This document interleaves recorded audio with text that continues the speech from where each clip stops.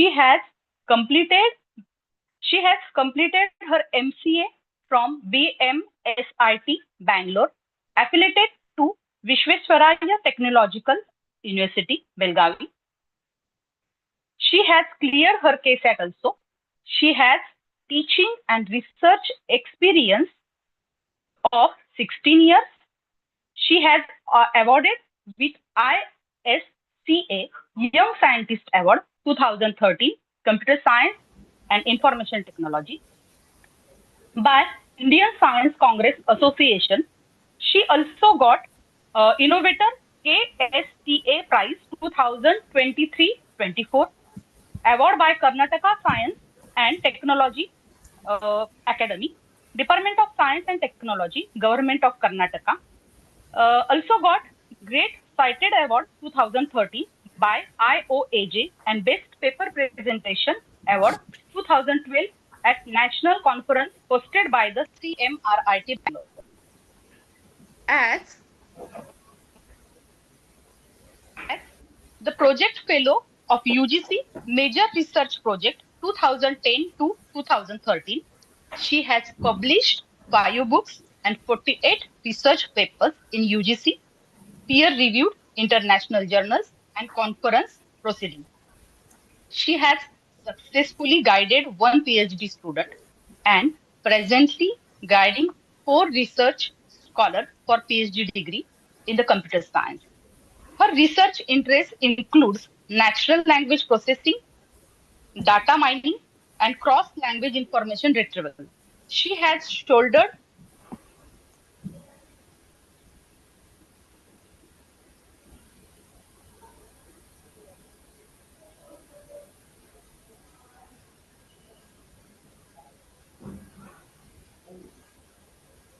Now I invite Dr. Mallamma Reddy ma'am to enlighten us with her subject E-Governance. Thank you, ma'am. Am I audible, ma'am? Yes, ma'am, you are audible. Okay. Good morning to all the participants. Good morning, ma'am. Yeah. Good morning, madam. Good morning, ma'am. Thank you so much for the brief introduction. I'm here to, as the part of the session, I'm here to present for you. Very good morning to all. Okay, I'm here to present the concept of e-governance. So let's see what is the e-governance, how it is initiated, okay, when it is initiated and all. So let's, as I introduced already, that is I, Dr. Mallamma Reddy. So I'm going to carry with this session. Thank you. Let's go with it. So let's see what is digital first India, because the e-governance and digital governance, there are 2 concepts. Can you anyone mention what is the difference between digital governance and e-governance? Anyone, any participant? I want this to be interactive. I don't want you to make a session to be on and be somewhere. I want you to be here. Yeah, participants? Yes. Yeah. So I want it should be the interactive session. So I want it to be like, what is the difference between e-governance and a digital governance? Hello. Hello. Yeah. I'm meeting cut झाली होती. Hello. हाँ सांगा correct मध्ये ऐकू आलंय. Hello. Are you able to listen me?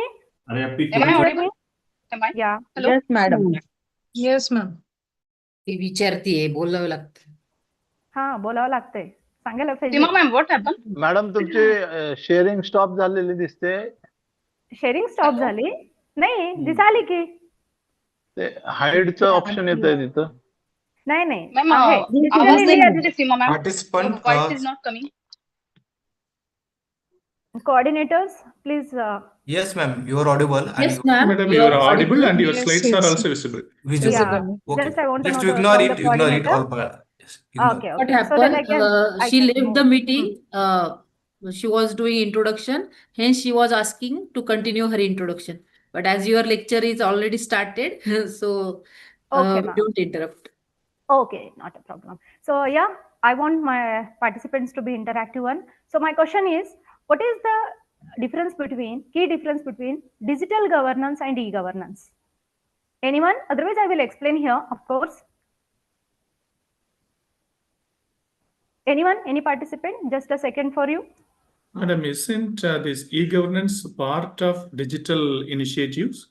Yes, it's a e-governance is a part of digital initiative. It is a flagship in digital governance. Like all of we are knowing that it's artificial intelligence and machine learning era. The chat GPT, chatbot, AI assistants, they all are a part of digital. Okay, along with the government services. So that is called as a digital governance. Whereas e-governance is with ICT and the government services. So initially, the Digital India, it is a program to transform India to digitally empowered society. Okay, the main thing is that everything was manual. So we don't have like a, how many of you are taking now your Aadhaar cards, your ration card, and your income and caste certificate manually? मी मराठीमध्ये पण बोलू शकते, तुम्हाला अगर doubt आहे तर तुम्ही सांगू शकता मला. Madam, we have everything in the DigiLocker. Yeah, so you know that NAD, DigiLocker is there. It is a best digital signature is one of the application again for e-governance. Okay, yes. So you are going to utilize those kind of things. They have make it as a mission mode project. Okay, so that is transforming every details or every government services digitally, that is electronically. Okay, actually it is a concept of digital India, which was launched in the year 1st July 2015. I hope you are clear. The e-governance facility is a digital India flagship, which is launched by the government of India in the year 2015. So what is the vision of this digital India? Why it is required? It is mainly focused on the three key areas. First is to build the digital infrastructure. As I hope you are known with the NKN connectivity. How many of you are using NKN? Yeah, please, I want it is to be interactive. Okay, so rather than yeah, I am far, I know that, but I want you to be interact with me so that at least how much you know, I should know, so that I can impart whatever I know. Okay, yeah, how many of you know that knowledge connectivity with networking, NKN? It's a government funded project. It is going to digitally providing the infrastructure with internet to every rural area. How many of you know NKN and KS1? In Karnataka? We came to know about this probably when we attended a program regarding this NIRF. Okay. Where, once again, they said that they'll be providing internet connectivity to all the education institutions. Yeah. Probably lease line connections. Okay. Yes, I happy sir. At least you know a bit of it. In a government of Karnataka, every government organization has received, sir. Every organization, it is a NKN connectivity is given, KS1 connectivity is given, along with whatever the infrastructure that is we have, like a Geo, whatever the service providers we have, networking providers we have. But digital infrastructure, their first key centered area is providing every citizen, every services digitally. Second comes as governance, that is service on demand. Because as we know that, what is the government as what is that? We, I and ourselves, me, my, mine. Okay, माझ्यासाठी मला मी करणारी. So that is the government. So those services are provided for every citizen. Hence the particular topic given is e-governance. Let us see with the second. Third one is digital empowerment of citizen. Yeah, can we assume that before 5 years, how many of you think that I can do the digital payment? This has been done like in parliament also they have discussed. When NK Narayan was there, they have discussed. त्याने म्हणले होते का मी का card घेऊन जाऊ का vendor कडे, मी भाजी मार्केटला जाणार आता, मी पे करायसाठी का एक क्रेडिट कार्ड घेऊन हिंडायला पाहिजे का, त्याने एटीएम कार्डचा त्याचा नंबर घ्यायला पाहिजे का? That was the situation before 5 years. But today the scenario is entirely changed. Are you agree with me? Yes, ma'am. Also, after demonetization, people kind of, the wallets that people are using, they are more in use. डब्यामधले पैसे जाऊन bank मध्ये जमा आहेत. Okay, so that is the thing. Yes, of course, we have removed all the money, whatever we have kept in the treasury, that converted into our digital banking now. That is there. Along with that, today, like we have Bhim, we have PhonePe. A single smallest vendor, we have the PhonePe account. Why? Thus, I can give the credit to the government also, like with the Bharat BSNL, but Jio is the best credit for that. I want to give the credit to the Jio. Why? Earlier, if I want to take 1 pixel of image, that is in the KB. But today, resolution has increased only if I take a pic of mine, that is in MB, megapixel. because of the highest resolution today what we have. Earlier, what the thing was, that was with just you are going to download it, okay, the even to view some data, the net will be over. But now that is not the case. The internet is free. How much we want, based on the payment, we are going to get the free data. Hence, each and every one of today's citizen of India having the, rather than keypad, I can say 60% of the people are using smartphone. Still 40% we are, 10% are not using the technology, but still they know that what they are using. So we are moving towards the digital empowerment to the citizens. I hope you are following me. That is the vision of Digital India. We centered on these three key areas. First is digital infrastructure, providing for every citizen. Next is providing the government services on demand to the citizen. Third is making digitally empowered. How many of you are taking the digital print? How many of you are going and taking the print copy of Aadhaar?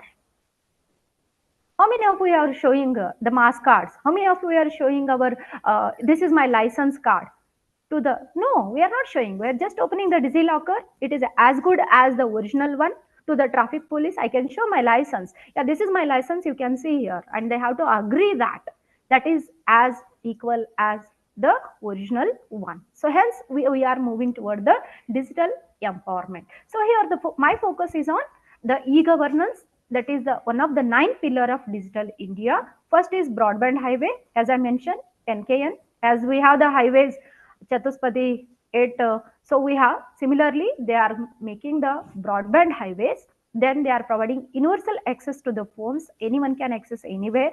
Now we can see the public internet access program. How many of you utilizing railway? Railway, when you go for a railway, whenever you are going to travel, there you have free. Is it or not? How many of you utilize? Madam, actually, it is introduced. It is a really good initiative. But what happens nowadays is scammers, they started using the private Wi-Fi in the name of they are using, sir. yeah. Yes, IPN they are using. So for that, they are, of course, they have to enhance with that. We have to make with a hardware security, because as the 5G will introduce, of course, that is a zero trust.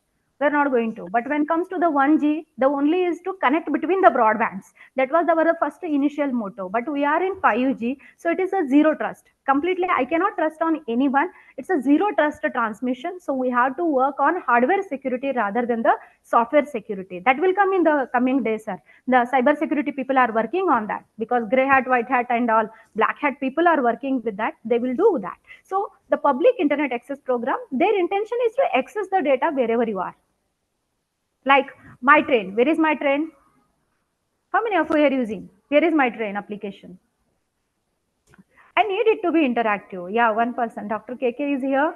Others, other participants? Ma'am, train or bus also we have that apps. So I'm just talking about public, no ma'am. So just I asked with the train. Because now here, even with GPS is there, right? GPS, but it is not an internet access. It is my own. Like I will open my mobile data and I'm using.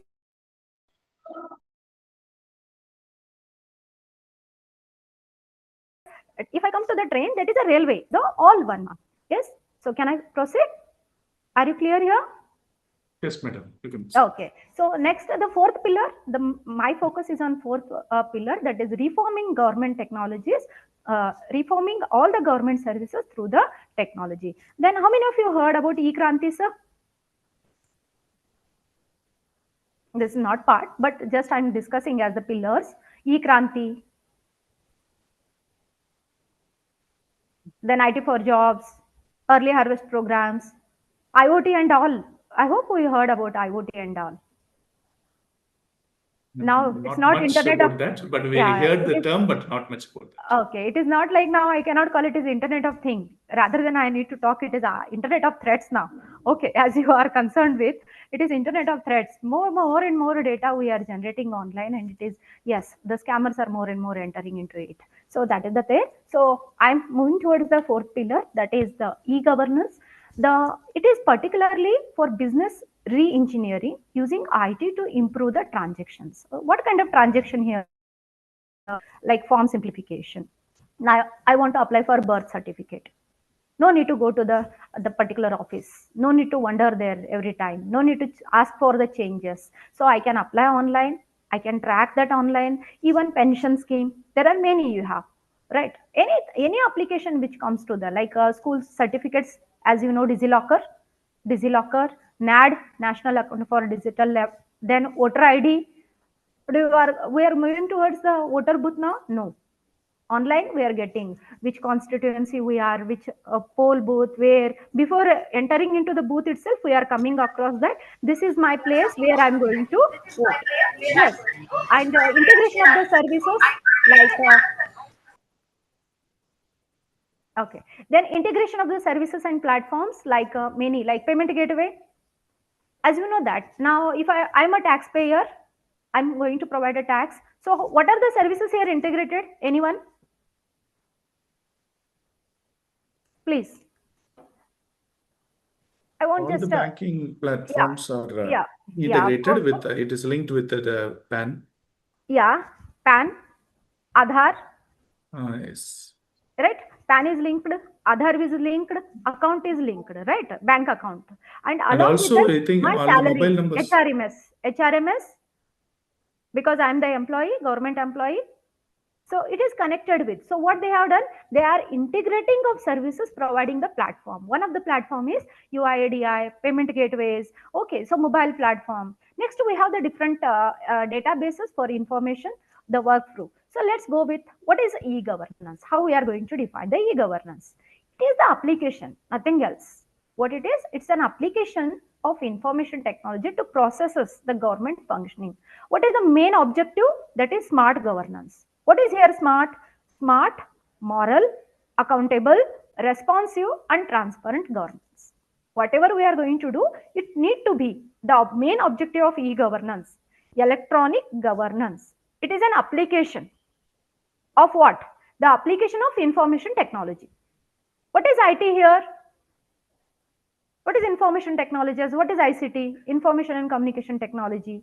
The governance services which are going to provide for the citizen along with the using the ICT tools. If these together merge together, when we call it as a e-governance. So let us see a few things about what is the components or what are the components of ICT. Anyone? As it is mentioned, it need to have the hardware. Is it or not? Now earlier kind of thing, we are not going to have our own servers. Servers are not required now because cloud providers are there. Azure cloud is there, Google cloud is there. Okay, they are providing lot of services. Is it or not? Are you agreeing with me? Yes, ma'am. Am I audible? Am I audible? Yes, ma'am. Yes, ma'am. Yes, Madam, you're audible. Yes, okay, yes, are ma'am. you following me? Yes, madam, I can proceed. Okay. Yes, ma'am. So the components of ICT when comes here, the softwares, the hardwares, the transaction. If I say that I'm going to make an online payment, if I'm not get to the receipt, then money is deducted, message is not coming to me, and it is not even credited to the XYZ person to whom I have credited. Then the transaction history I'm not getting. But here I need to have the transaction history. I need to have the accountability. I need to have the communication technology. I need to have the data. I need to have an internet access over there. And there is a cloud computing. I need to have the cloud computing. Like how many times I have logged into my system? How many times I have done the internet accessing? How many times I have done the internet transaction? So that is to be accountable. Then if I have not done, I have done with the wrong transaction, I am the responsible one. If some scam is happened, then I have to go to the bank. That is the responsibility I have to take. I should act upon accountability. Accountability means how many times I have logged in, how many times I have logged out. That accountability I should have. So these are the major components of a software, hardware. Software is what here? The UPI which is being built. The phone pay is what? One of the software. Are you going to agree with me? Yes, yes. Can you mention Yes, another ma'am. two applications? Yes, ma'am. Can you mention another two applications? We have GPay, we have digital money nowadays. Okay. E-money Other than the transaction of financial thing. Madam, we have almost all the services are put in some apps only nowadays. Yeah, Umang is there. Yeah, one of them talking Bhim UPI. Even our what are that? PF, they have some pension is there. platforms. Pension is there for birth certificate to my job, whatever I have, the job HRMS data. Okay, it is automatically calculated. Even my SPCLs are going to take. I'm going to work. I will demonstrate with a case study as e-office here, because as I am the e-office nodal officer here, I will show you the applicability, how we are using data, state of Karnataka. Okay, so I will go with one by one. Are you clear here with? The components are clear? Yes, ma'am. Yes. Yes, Panda. Okay. So there are 4 I's in ICT. When it comes to the ICT, there are 4 I. What is that? Information, interactivity, identity, and informatics. It is required in ICT. When it comes to the information, communication, and technology, what we are talking about? Information, communication, and technology. What should be the information? It's essence of something, thought, proposition, and concept that need to be impart from one place to another. How it should be? It should be interactive one. It should not be like if I'm talking with a computer, computer is not going to respond anything, because computer is both either GUI or CLI. If I'm giving to command that exit, if my system is not exiting, then if I'm clicking on the shutdown, it should shut down. So it is interactive one. Then it should have the identity. As we know that internet users are identified through what? URL, IP addresses. IP address is used to identify each computer on the internet. MAC ID, every MAC ID for devices. computers, for devices. For device identification, we have a MAC. For IP address on the net, on the web. Web, if I want to identify, that is what how the scammers will do. They will make the proxy of IP and they will do the scam by thinking that the scam is done by Mallamma Reddy IP address, but it is a proxy they have taken. Yes, of course, it will be we have anti-cyber attack team is there, they will do that. But at present, scam is done by my IP address. How that is? The IP addresses are identified on the e-systems are identified using IP addresses. That is identity. Okay, like for employee, we have the employee ID. For student, we have a student register ID. Same thing. It is unique for each computer. Then comes with the informatics. What that will be? We are going to have the information science imparting with the technology through this communication. So let's see what is C here. What is C? C stands for here again for the connectivity, capability, content, and cost. How it should be? It should be cost effective. What should be the content? It is useful forms. Okay. Now earlier, I hope you remembered, to filling the income tax, we must and should go to the CA. If I want to return my tax, I must and should go to CA and wait for him. Okay, I have to ask him which application I have to pull. Can you show me the form? Can I go to take with that? When he will give me the time, then only I can take with that. But now that is not the case.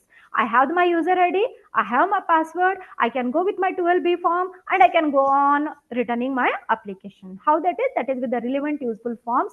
Need based are there, life experience to the learner. Once I feel, I can go with another. And there and we have, excuse me, madam, and we have AAS software app where you can check the returns, all those income which we have from the bank and all those things. Based on that, we can apply. Yes, sir. That is also there. We have income tax login itself. There also, from when you are returning, all the return forms are available there, sir. If you have login ID and password, everything from which year you are applying, everything are there here. And not only that, we have the local language support. As you, how many of you know, आप लोगों को कितने में पता है कि हमारे pharmacy का जो भी है, एग्रीकल्चर का जो भी है, आजकल हमें मौसम का जो भी इंफॉर्मेशन आता है वो सभी में हिंदी में, मराठी में, अपने ओन जो 22 ऑफिशियल लैंग्वेजेस है उसमें मिल जाता है. हैव यू हर्ड अबाउट क्रांति? एज आई मेंशनड दी क्रांति, कुछ बारिश ज्यादा होने वाली है तो वो मैसेज आ जाएगा फार्मर को. That is in local language. It's not in compulsory in English, that is in a local language. So content is provided in their local languages also. So you have to have the capability of using the new tool. So these are the 4 C's: connectivity, capability, content, and cost. So what are the characteristics? It should be effective, it should be efficient, and it should be innovative. Day by day, as I'm using Zoom, actually it should not be used Zoom, but they are using here. As we know that it is a in academic our copy of that is been with China. Whatever we are talking now, they are going to record it. Hence, the government organization, they completely banned it and they are using Microsoft. Okay. no organization of like government organization, they are not supporting. Either they can go with Google Meet or they can go with a Microsoft. But yes, Zoom, it's with a common man, we can use with, it's not a problem. So here that these are the characteristics. That is one of the applications. So what are the things which providing here? E-governance. That is a tactical online system. You are going to get a geographical information, GPS. Then our government services from birth of the child to the death certificate of the human being, passport, anything, all the, okay, village book we are going to get. We can get a Jilla Panchayat employee detail, Jilla Parishad fund. Then here Gauthan. How many of you heard about this Gauthan? Okay, I will give this as an assignment to you. Okay, just learn about it. What is that? Gauthan. Okay, it is a project. Gauthan project. Then we have the different types like mobile apps already you know, HRMS you know, human resource, project monitoring PM you know, okay, LMS you know. So these are all the things which will come here. So I will ask the question at the end. What is Gauthan? Okay, so next is what is the scope of this e-governance? Hello. Yeah. Yes, sir. Hello. Gaothan is a Marathi word ma'am. हा, त्याचमुळेच विचारले मी, त्यामुळे तुम्हाला सोडले मी, सांगा म्हणून. आपल्याकडे गावामध्ये जी काही ग्रामपंचायती जागा आहे, हा, ते पर्टिक्युलर सर मला काय पाहिजे, ते गावठाण मराठी वर्ड आहे नाही म्हणणार, ते प्रोजेक्ट काय आहे, what is the objective of that project, I want to know that. it is nothing but exactly finding out the limits of. That's what my question is, sir. At the end I will ask you. Participant number 73, I will ask that question, you can answer me that time. Okay. Yeah, thank you. Can I continue, sir? Yes, okay. Scope of e-governance. So scope starts from my birth to the old age. Okay, as the child, as soon as the birth happen, then I need to have the birth certificate, then healthcare statistics of my child, I will apply online. Then if I am entering as a student, then school admission, it is now tagged, birth certificate is tagged to the school admission, school results are tagged to the scholarship, scholarships are tagged with the e-learning, e-learning is tagged with the examination. I hope you heard about NPTEL. Yes, madam. NPTEL, Swayam Padho Aage Badho. Yes. Yeah, Swayam Padho Aage Badho. Yes. Yes, ma'am. So that is what? That is e-learning. And we have Moodle, MOOC, examinations are going on. Okay, so these are all, each are connected to one or the other way. What? There is a information, there is a connectivity, and we are using a tool. What is the tool here? Either you are using a mobile, or you are using a laptop, or palm top, smartphone, whatever the thing. That is the tool. Where it is imparting it online. So that is either it is the Yahoo, either it is the YouTube, whatever the platform they have developed, that is the software. Okay, their NPTEL itself is a software which is provided by MHRD, Government of India. Yes. So next, when I became a youth now, so where I am going to have, what are the applications of e-governance? What are the services they are providing me? They are talking about different kind of employment services, where the jobs are available, my job position if I got, then if recruitment happen, my SRS book they are going to maintain. If I'm with the government like KS, IAS, there is a Sparrow. Sparrow is one of the software where for self-appraisal, I need not to go anywhere. I just go to the Sparrow application, apply my self-appraisal over there, they will scrutinize it and they will call for interview for every year increment. No need to go. Okay, as we are providing for an increment, every year we are going to provide a self-appraisal, right? So that is that. There is a software. Similarly, for vehicle registration, yeah, of course, we have to go for RTO for our driving skill. But rather than that, all the registration, okay, no need to go particular place, particular vendor and go there itself. And no, online registration will happen and will come. Driver license, as already I spoke with, that is a DigiLocker. Passport and visa, we know that how tough was earlier to get one passport or visa.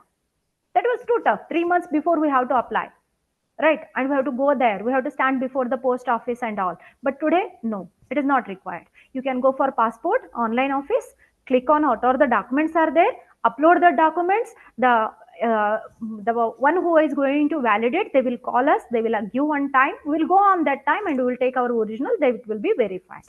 That's too simple now.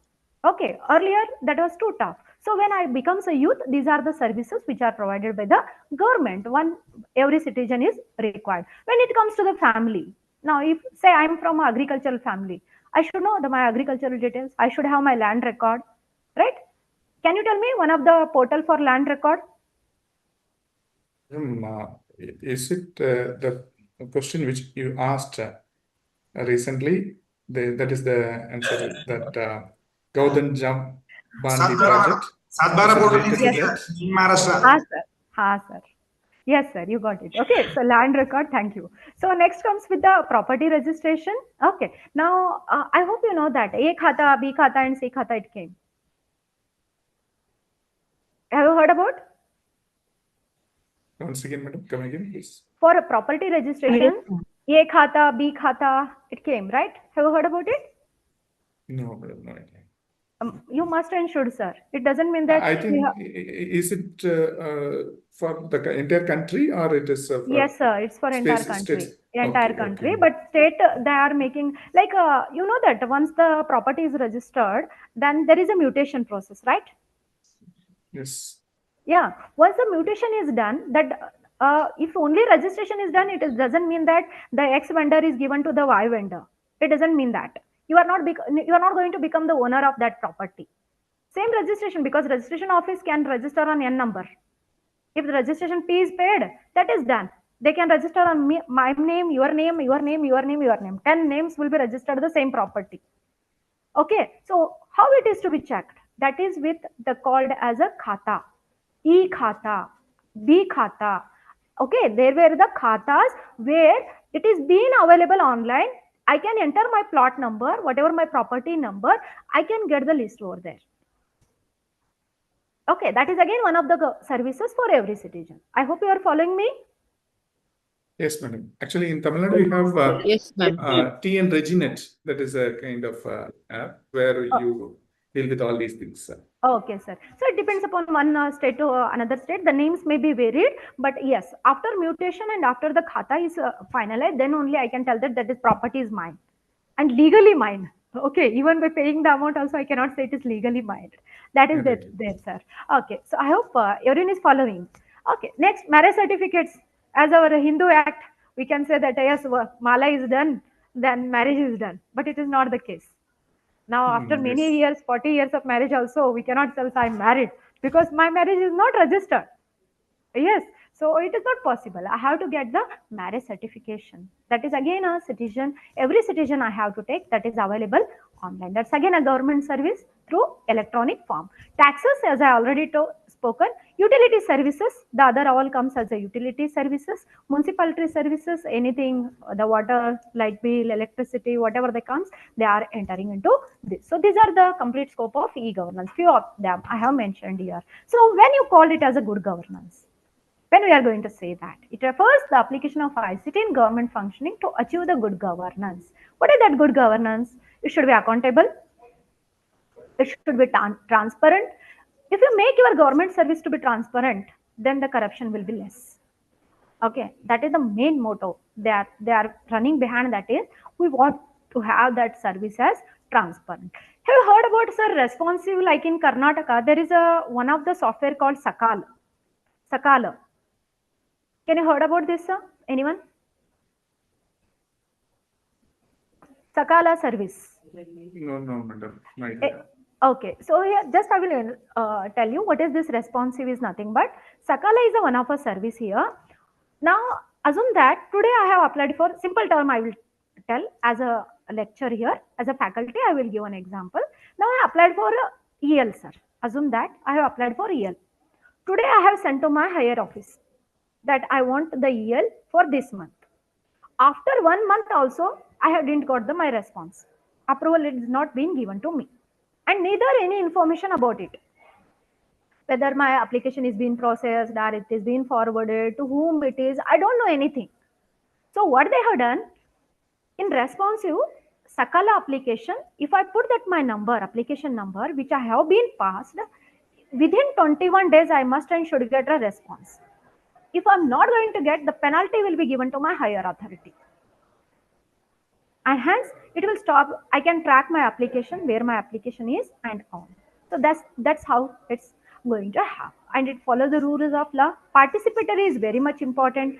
All the applications are there. PhonePe is there if I'm not using. What is the use of PhonePe? What is the use of Bhim. Okay, what is the use of API? If I should be participatory, then it is a depend. When if these things are followed, then we call it as a good governance. So what are the benefits here? Why we need to use the governance? It is simple and efficient use for user friendly. Okay, it transparency and accountability, ease of access, the data is there. We are not going to have any data breach here. Okay, I will show here how it is to be done. So these are the benefits. What are the 4 pillars of e-governance? Who all are the people, process, technology, and resources? These are the 4 components of the e-governance. How we are going to do that? So I hope you are following me. Yes, ma'am. Yes, madam. You can proceed. Yeah. So here people are what? How I can do that e-government? First, people I want that staff need to be trained. How to use that? How to use the UPI? How to use the WhatsApp? Okay, it is simple as we can go. But whatever they are developing the application, like UID application, password entering. Now I can download one with mask, one without mask. Yes. Aadhaar card you can download by entering your Aadhaar registration number. It will ask for mask and unmask, right? And many of us download, but we are unable to open because we are not aware that how to put the password. That is my date of birth and my first 4 digits of my name. Okay, then only it is visible. Otherwise, it is not visible because I am not aware of that. So people, we should be trained. We should be aware of the usage of the data. Next comes as professional skills and qualifications are required. We need to train this. If you want to go for a e-governance, we should be very much clear. Like you heard about what I can say, the laws, regulations, काय म्हणू शकते इथं, court cases, pending cases. E-court किती जण ऐकला? How many of you heard about the e-court?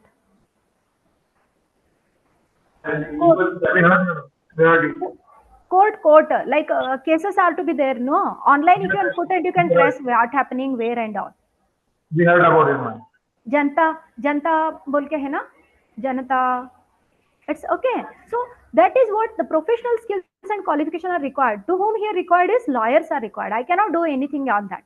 I can go to that portal, but I can see only track my application status, but I cannot do anything. So here it's required as professional skills and qualifications. Next comes as competent resources. If I'm talking about e-governance, I don't have internet, I don't have a connectivity, I don't have a tool to use, then there is no use of the e-governance. So the people with the competent resources are also required. When it comes to the process, what it talks about the management, it talks about the governance, that is framework, rules and regulations. It talks about the best practices. It talks about the IT audit. Then comes with the technology. Yeah, let's see what's the technology. Now how we can define the technology, as I already mentioned, ICT components. Anyone? What's the technology?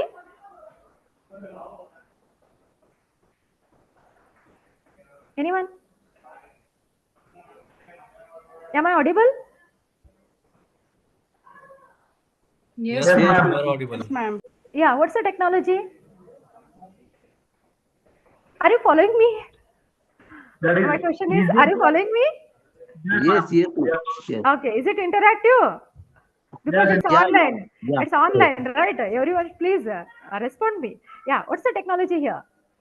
Technology is Using the knowledge. way to handle or access the thing. Actually, the framework is in front of you. That is the technology actual. People process with ICT tool is a technology. People, skilled people who are following the process using the tool. Okay.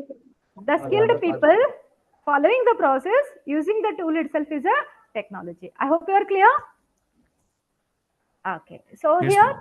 the types of e-governance will come. When it comes to the classification, the governance is going to categorized into these 4. That is government to citizen, as we are going to say business to business model, business to customer model. Same way here, government to citizen, government to government, government to business, and government to employee. So let us see what are those services are. When it comes to the government to service, that is a government to a citizen, e-services, we have the applications, we have record request, we have tax remittance, we have public utility, e-payment, complaint and feedback, voting, public opinion, all will comes as a government to the citizen. Next comes to government, like budget every year it's happening, right? Budget every year it's happening, right? No response? Yes, madam. No Yes, response? madam. So from where they have to manage that budget? From government to government, right? Yes, madam. All the government Madam, I have a officials. doubt. I Yeah, got I please. got a doubt, madam. I'm Yeah, sorry to please. ask this because see, Please, when you please. say e-governance, does it relate only with government, or probably if I am going to manage something in my institution, I want to manage the office files and office documents in my institution, within the institution. Nowadays, we call that also e-governance. Am I right? Sir, actually, the e-governance is services of the government provided through the net, sir. Electronic form. Okay, that is the proper definition, what we call it as a conventional definition. Now, it doesn't mean that if you are providing for the government services in your organization through, then it will be your e-education will happen, sir. E-institute, any services, any government services here, you are providing electronically. Hence, I can define it as e-governance. Okay, thank you. Now here, sir, in my university, we have e-office. Okay, the office which are going to perform CL, EL, SPCL, my self-appraisals, everything I can do. That is one of the service of government. But it is, I can't say it is a part of the government. It is a part of the university, sir. I can apply for CL, I can apply EL, I can apply SPCL, I can do any file approval I'm doing here. There is one of the portal called eofficeuniversity.karnataka.gov.in. Okay, I will show you, sir, how it works. I will show you. You can do it in organization. But when it comes to the e-governance, any services which are imparting through electronical form. Okay, thank you. Yes, thank you. Are you clear, sir? Yeah, madam. Yeah, madam. Yeah. So government to government, next comes with the budget management, policy implementation. As we know that now we are in the 8th, what do you call, 8th pay commission. So they have to do the government to government discussion and they have to come for the approvals.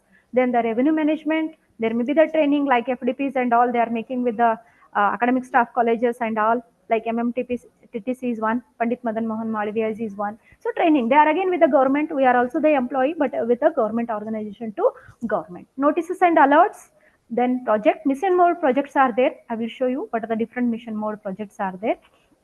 When it comes to the government to employee, simply a single term I can call it as a HRMS. Okay, government to employee, simple term I can call it as HRMS. What is that contains? Attendance. It contains the policies, when I can take the medical leave, when I can take the maternity leave. Are you following me?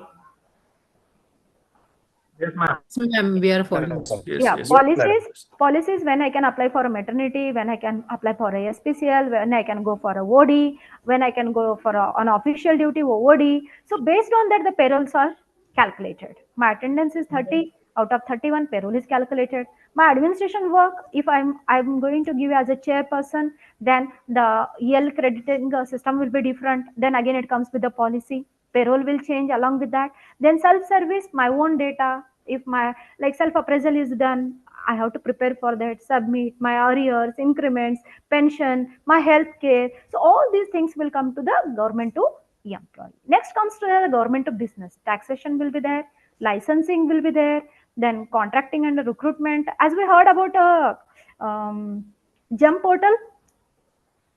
How many of you heard about a JUM portal? No idea, madam.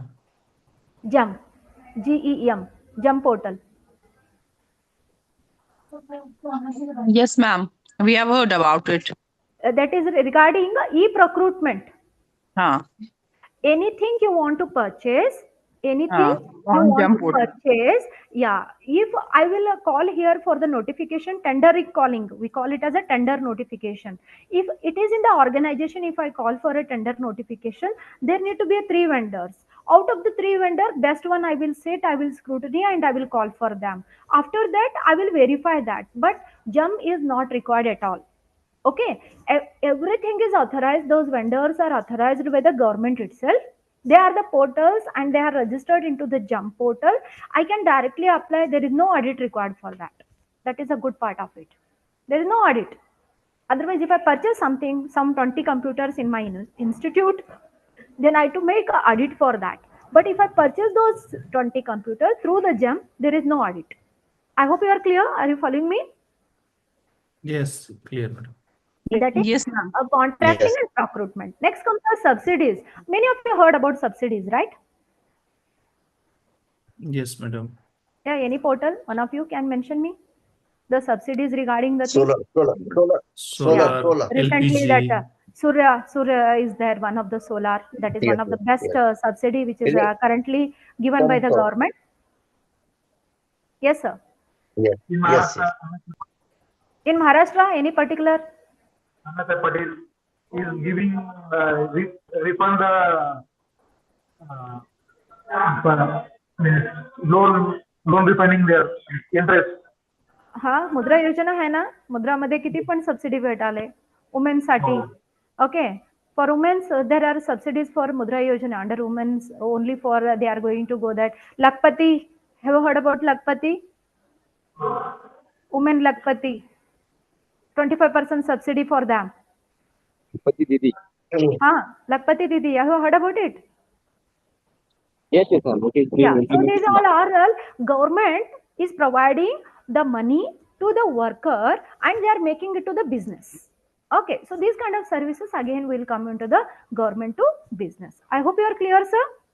These are the different classifications of services which comes into the e-governance. So what are the core components now? What are the core components? What it is required to implement it practically? And it is to be reliable and it is reachable to every citizen of India. Okay, so these are the core components. First, I must and should need ICT infrastructure. As I have already mentioned, that is BharatNet provides the nationwide connectivity, enabling digital services to reach rural and remote areas efficiently.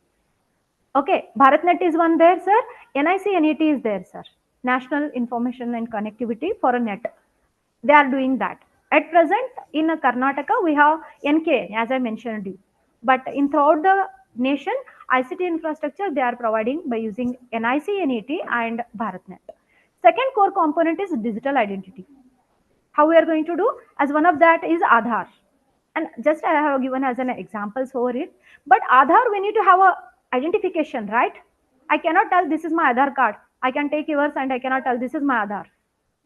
This is my digital signature. Have you heard about digital signature and e-signature? Yes, madam. Digital identity is given through. We can apply through our Aadhaar. Yeah. Digital signature and e-sign is through the Aadhaar. The only difference between the two is digital signature is in the form of pen drive. The pre-developed software is there. We need to install in our computer. It is matched with where it will go, sir? Anyone? NIC, National Information Center. Okay, there they are going to map my signature with what it is being given in my pen drive. It will be matched. I will show you the example of digital signature. Okay, how it is to be done. Next comes with the e-signature. What is that e-sign, sir? How it is to be activated? Anyone? E-sign, it can be obtained through portal, madam. That's how I can put my e-signature. Madam, even when we even in Word documents or PDFs, we can have this e-signatures. Yeah, in the PDF you are getting e-sign, right? You will drag and you will put your own signature. But I am asking about the government services. Yeah, I got your point, sir. PDF, you have that e-sign. If you drag there, you can put your signature. Not sign, madam. Actually, there will be some kind of codes would be there, which will be just the see, after signing it digitally, we can't edit the document then after. Yes. That's so same, but here what happens, sir? In e-sign, OTP based is there, sir. One time password will come. It is again sent by the NIC, National Information Center. They have developed one of the software called e-office. E-office for government people. If you go there and if you choose the e-sign option, then if I am sending for CL, lastly your thank you, yours faithfully or something I have to put, there I need to put my signature.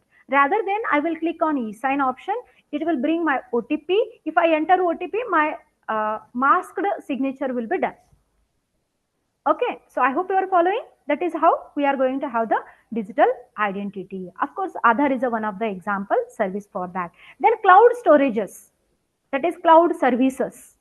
Now we don't have any our own servers now. How many of you are having our own servers? Because it is too costlier. But now government are providing the cloud services. Meghraj is one of that. Meghraj is one of the cloud service which provided by the government as an infrastructure, which ensure you the secure, scalable, cost-effective hosting for digital services. Okay, it's one of the. Next comes as a service portals. Umang is one of the example here. E-District is one of the example. UIDI is one of the example. PhonePe, Bheem. Okay, there are many services which are providing this. So here, I talk about here. Just I want to glance on cyber security. What is cyber security? Anyone? Now everything we are talking about e-governance, e-governance, e-governance. Okay, I'm ensuring that our data is safe. Online prevention of this one fraud, madam. Online fraud.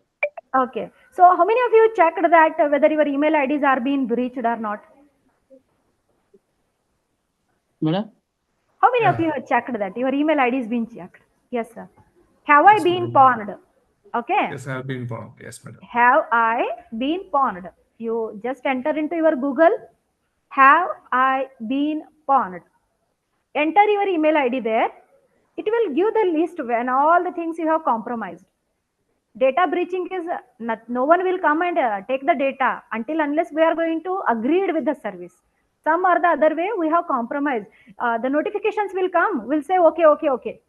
What that okay means? I'm agreed to give their data. So all of you can check here. Cyber security, one of the things I will give for all the participants. Let me know how many of you are. Yeah, sir, Dr. KK is already done. I want to know other participants to work on it. Have I been pawned? Yeah, everyone? Participants? I have done, and there are 4 data breaches. Okay, see ma'am. Then please change your password as soon as possible. That is the only one option. Which the further data cannot be stolen. Okay, so I hope all the participants, I think almost 79 participants are here, but only response is from 2 members. Two data breaches. I also checked 2 data breaches. It shows. Ma'am, please change your password. And these seem to be very respectable websites like Internet Archive, archive.org. Yes, sir, but you have compromised with them, no? Okay. You have compromised with them. Your data has been breached. And there is a Z library as well, which is, I think, not really authentic. 17 breaches. Oh my God. Just change, sir. Please change your password as soon as possible. Yes. See, we are doing Actually, mine is 22. 22. Sir, and you have to make your strong password. And I have changed everything, madam. Yes. See, sir, how many of them sent it? Data breach is 0, madam. Mine is 0. Oh, good, sir. So you have not compromised your data. Very good. Thank you. You have not used the e-services more, I hope. No, madam. I am using, but as I am librarian, I am using it, but I will go on. So you are in a safer side. Yes, madam. Yes. Sir, it doesn't mean any firewall or it doesn't mean the thing, sir. They will breach the data once. Sir, all of you please remember here how the data breach will happen is notifications will come when we are login. They will ask us to turn on this, turn off this. Are you agree with the condition, terms, and everything? We want to use that software at that time. So we'll say okay, agreed. There is an option to notify me whenever we data breaches happen. Yes, sir. Yes, ma'am. Yeah. Similarly, you can go for virus total. Okay, one more portal I can mention for you people. virustotal.com. Virus total. Yeah, as I mentioned in that security first, robust security framework and data protection standard ensure citizen information remains safe and confidential. Okay, so we want to be safe and confident. So there is a portal called Virus Total, sir. In that you can see your breaching of your phone, the data, URL, domain, your organization domain is being breached. Everything will be there, sir. virustotal.com.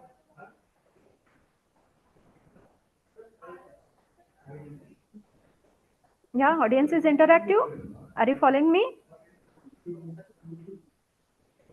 Yes, ma'am. Yes, madam. Yeah. Yes, Can I move ma'am. further, Yes, sir? ma'am. Yeah. Yeah, I proceed, madam. Any questions regarding this? So what are the core components of e-governance? Madam, there is a choose file option came. Yes, Wireless sir. total. Sir, actually their files as hash files will be there, sir. One is a hash file you have to enter. That is, of course, I have to teach that whole class is required, sir, for creating a hash file for our domain. But directly you can enter there. Domain name, URL, and names, email ID is option is there, sir. Yes.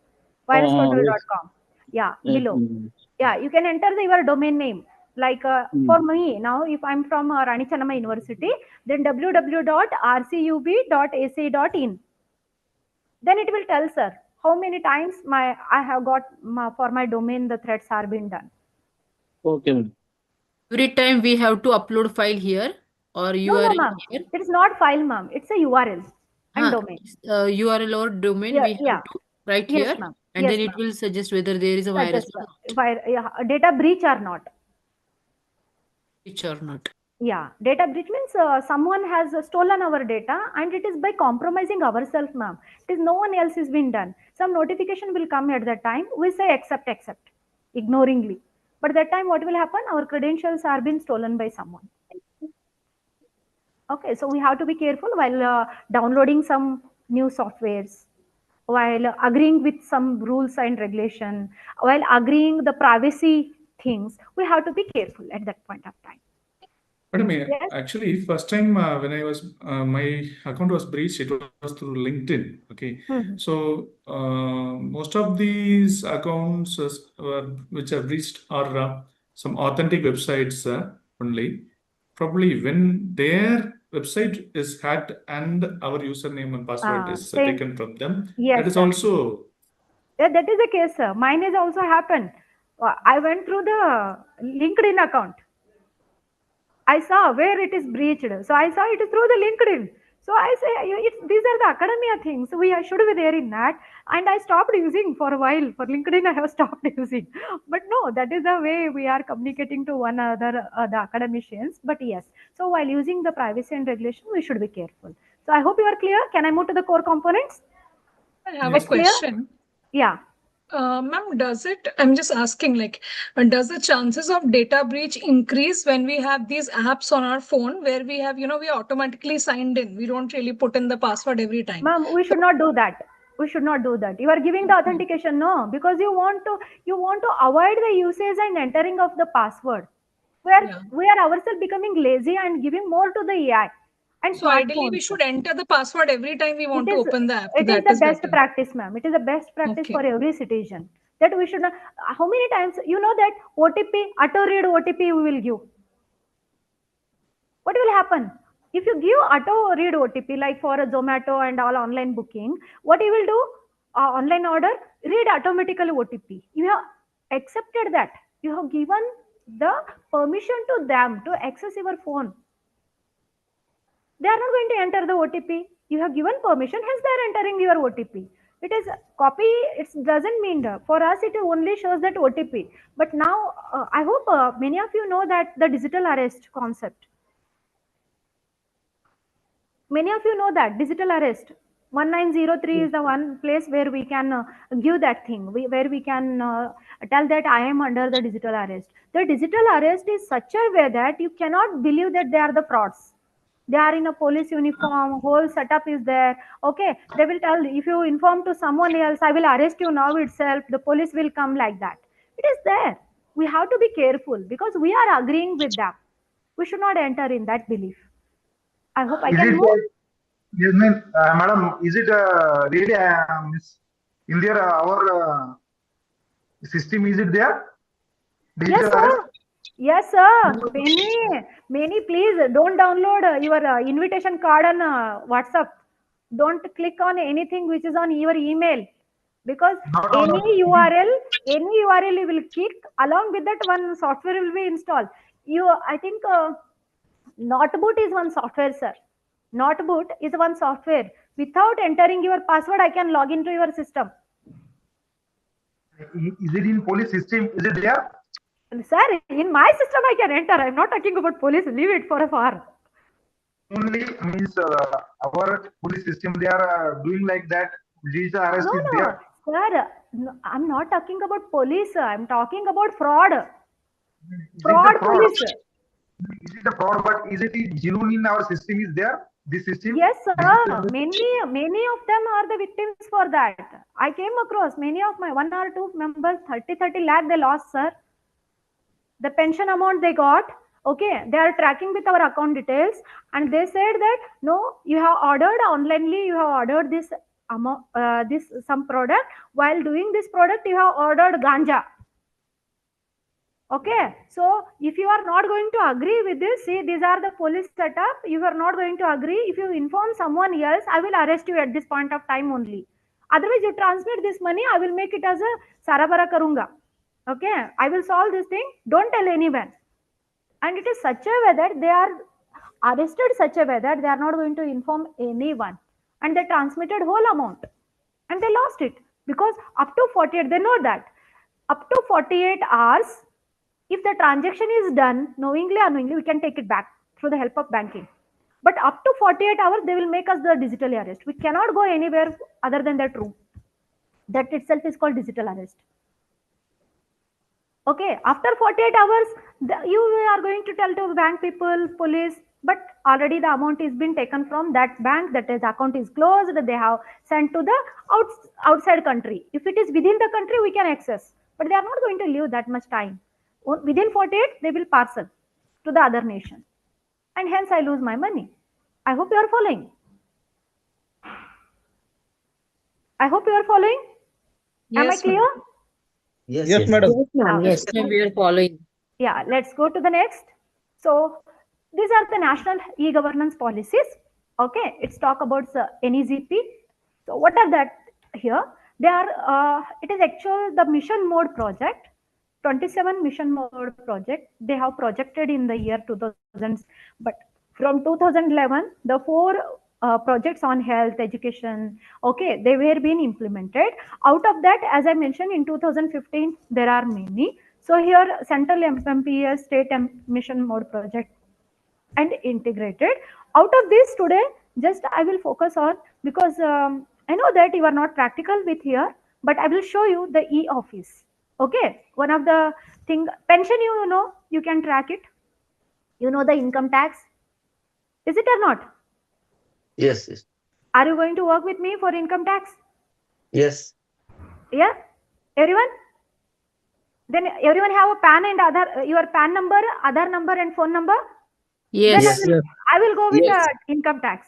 Yes, Cool, ma'am. just do with practical something. Okay, Yes. then I will, because e-office you cannot do with me. E-office, I should have that user ID and password. It is matched with NIC.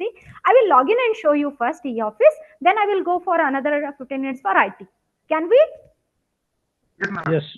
Okay, Yes. thank you. So let's just I will give the description of e-office. What is that e-office is? Focus.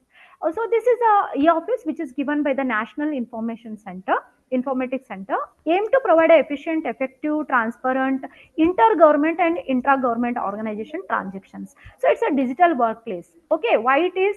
You know that if I want to apply one average CL, EL or SPCL, approximately the photocopies are required 19 times if I'm in the organization. Funny lagte, it looks like funny, but it's true. Say, if I get my one increment order copy, okay, what I will do? It is not to be imparted in the soft copy. It is less paperwork, another called as a paperless. I cannot call it as a paperless. It is less paper. I hope you are following the difference. Less paper, paperless. It is not paperless. Order copy need to be in original print itself. Okay. Now, if I get on an order copy, what I will do? For safety, I will take one Xerox. I will keep in my house. Another one more photocopy I will take and keep it in my almara. Another photocopy I will take, I will give it into the register office. Another photocopy I will take, I will keep into my department. I hope you are following me. So, on an average, it's telling that document is photocopied 19 times. How much time? 19 times. And files get doubled every year. 3.5 years, the files are getting double. So what's happening? We are cutting the trees like anything because the papers comes from the nature. That's a cloth. Okay, that's again from the wood.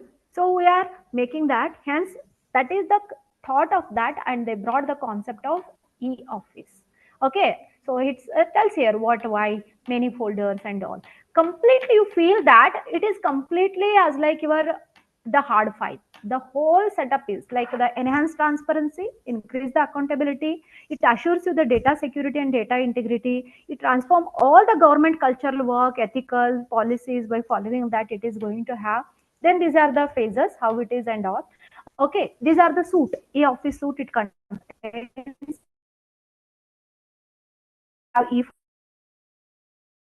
filing, we have knowledge management, we have collaboration works like MOU and all, the messaging services. Okay, then personal information management system is there. Sparrow, as I mentioned earlier, for appraisal, and MIS report. Like, how many pending files are with me? Assume that I am a registrar of the organization now. The files came to me and I have not approved. How many files are pending with me? If it is more than 21 days, then there is a penalty for me. Okay, where I can get this? The higher education people can enter my name, my organization, they will get the file pending report. I will show you that, MIS report and all. So these are the things which are the components. So I will quickly move to the e-office where I can go with this. Here, I hope, can you see? This is called as a digital signature. Can you see here? The arrow mark. A tick mark with the arrow. Yes, ma'am. That is digital signature, and above this is called as a e-signature. Above is a e-sign and below is the digital signature. Okay. Yes. So this is organization hierarchy, how it follows. As I mentioned already, e-sign is a PAN and Aadhaar card holder. You can get it through the electronically by given by the NIC. That is OTP based. You can put the e-signatures. Anyone can do.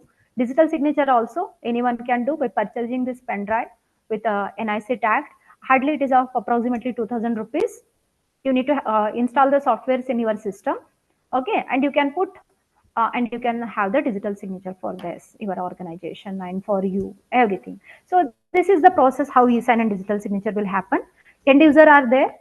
So you have application service provider. As I mentioned, the application service provider, they will provide you by giving 2000 rupees, that pen drive. Then it will go with the NSDL. There you are going to have the authentication with your Aadhaar card. Are you the person? The know your customer, that is KYC. The services are taken, then that will given back to you. Hence, you can get the digital document. So what is the advantage of this authentication? The advantage is authentication, identification of the person that signed. Every change will be detected because the author cannot be denied of his work. Sometime what will happen? If it is wrong, I can tear off and keep somewhere and tell that no, I have not done.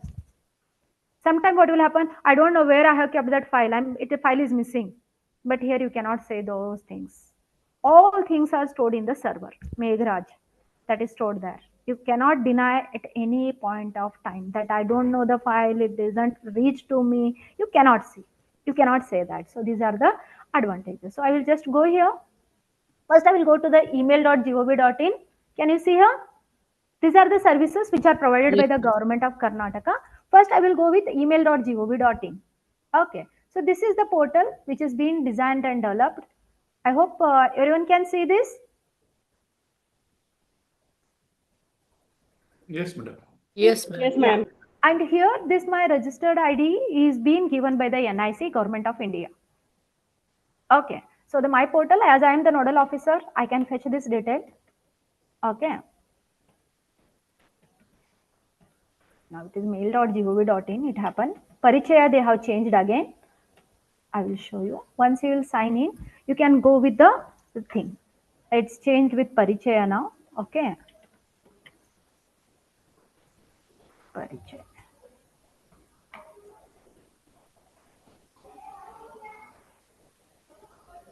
NIC documents. We will get that. Another one is e-office UNI. This is for my e-office.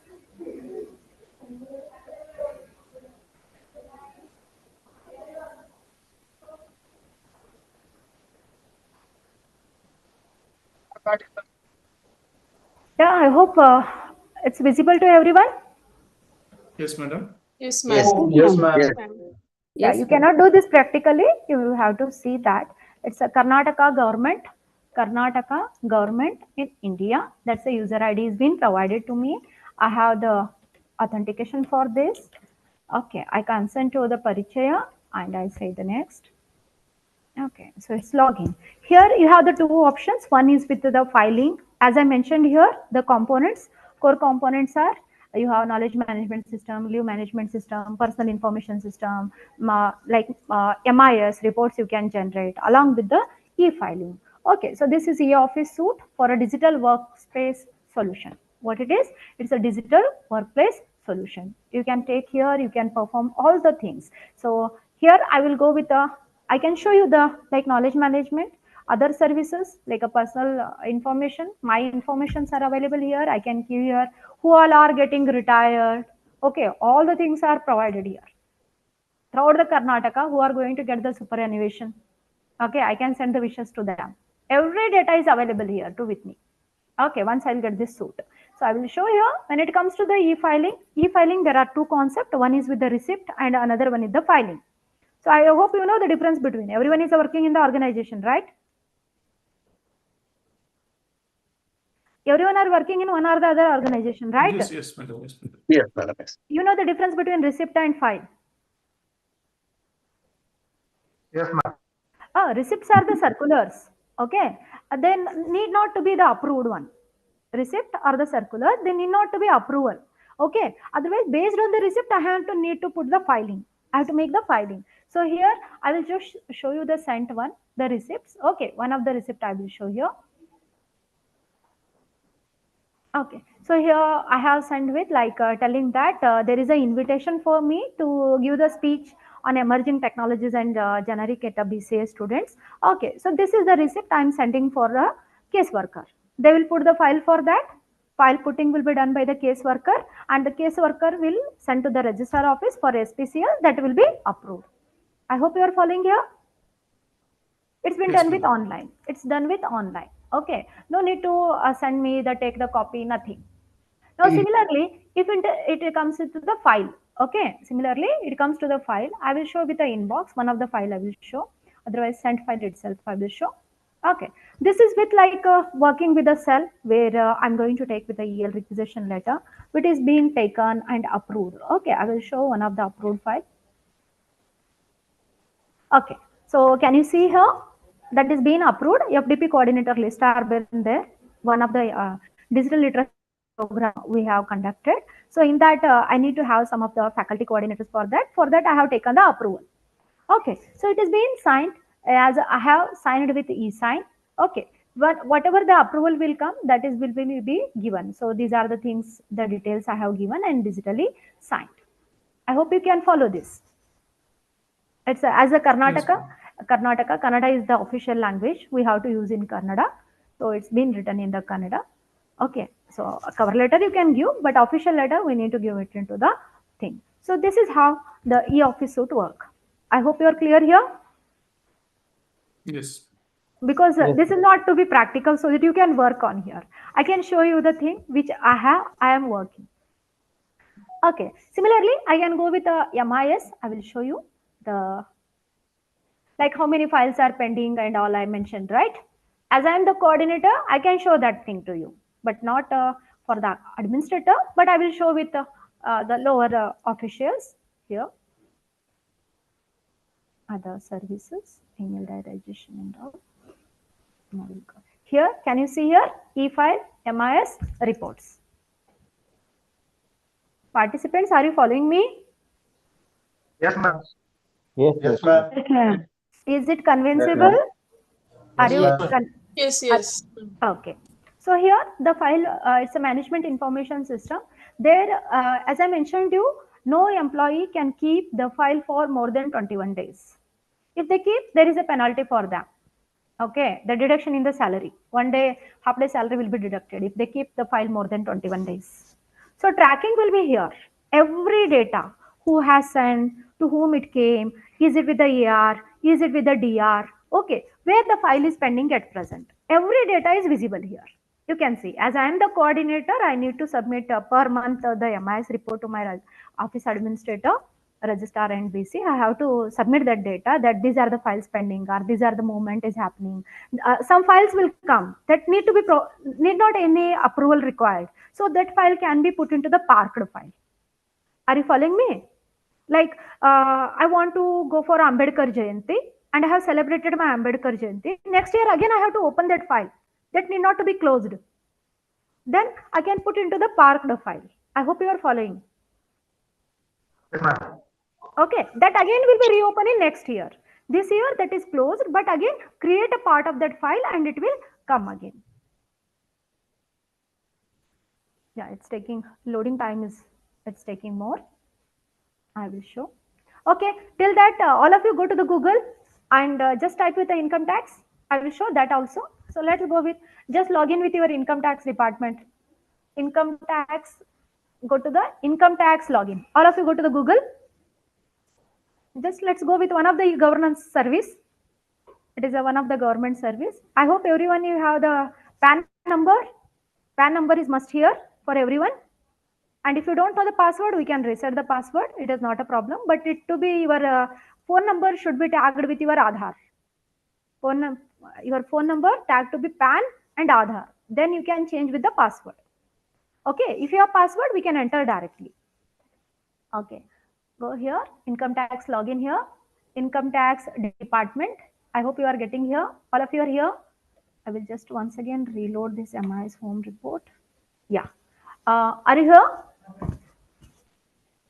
Are you here? Everyone is here? Yes, ma'am, we are. Okay. Yes, so here, just check it out. Files are there. So what I want to see? I want to see the pending details, right? Or just I will see the file usage detail rather than showing the pending. I will just show you the file usage details. Okay. From which date to which date I want to know? I want to know from first to the today. Okay. Let's see. I want to see the dates of. Now to whom? All the universities which are present at the state of Karnataka. I hope you are following. As I am the nodal officer nominated from the government of Karnataka, I can fetch the details of all the government universities which are at government of Karnataka. I hope you are following me. No one else can access this. Okay, no one else can access this. As I have the authentication and authorization, hence I can show you here. See here, Bagalkot University, Bangalore University. Okay, so all the how many universities here? All the university details are available in the state of government of Karnataka. We have 28 universities, 28 state universities. So here the usage of that data is being shown here within this week. The week data. Okay, I'm not showing all the data here, and just for a demonstrative, I'm showing some of 1 week data. So this is how you can go with the reports. Okay, reports you can see here. In report, the how many files are available, how many registered, month wise, okay, date wise. You can give the summary. You can make here with a pie chart, bar chart, line chart, everything you can do here. So this is complete a workplace for a organization. As you ask, no sir, sir. It's for an organization, then can we call it as a e-governance? Yes, this is a government service which is provided by the government to the university. And it's completely a government. I can communicate with higher education from here itself, sir. I can send my details. I can submit my data to the government. It is also available. So I hope you are clear with this e-office, one of the application. Yes. Yes, yeah, I know that. It's showing a cup of coffee and telling that it is tasty. Working is different rather than, but yes, at least you know one of the service which is already here. 98% employees are using on daily routine. 2%, yes, they are because of their own way of working or the depends upon the work culture. Like in finance section, they cannot use 100%. Okay, because of their transactions are online, they cannot do that. So that will be there. Otherwise, 98% of the usage has been done. And at the state of Karnataka, Rani Chennamma University is top at using the e-office suite. Okay, so this is the status of e-office. I hope you are clear here. Can I log out? Okay, madam. Yeah. Yes, ma'am. Okay, so here similarly for email, you have email. Can I show that? Email one. So this is the filing how it is. It's same like your file. Your yellow file is there, no? Writing which department, which section. So this is digital signature, e-signature. Okay. Just if time doesn't permit, I thought here itself I have entered the clips over here in the PPT itself. Okay. So the e-clips, how you are going to do DSC signature, e-signature. You can select and send. Okay. Search that my repository, as I mentioned, knowledge. Then KMS board. Okay. MIS report I have shown you now. Just a glance of that I shown you. So this is how the pending of the report I have taken for 1 week. Okay, so diary registration. This is department wise also I can take from finance section, from exam section, from DR level, from ER, assistant registrar, deputy registrar, faculty, professor, how many days they have kept pending. Every statistics I will get here. Total pendency. Okay, then this is the current status of implementation as per 2009 record. It is there. So this is the summary of but before that, before sum up, I will go to the tax and I will come back. Okay. So I hope you have followed here. Yes, madam. Yeah. Yes. Yes, So ma'am. everyone is here. E-filing. Yes, ma'am. Yes, ma'am. Okay. I hope everyone has a PAN card with you. We are having. Yeah. So please enter your PAN number.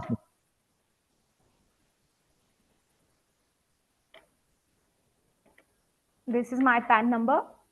Okay. So everyone please enter your PAN number.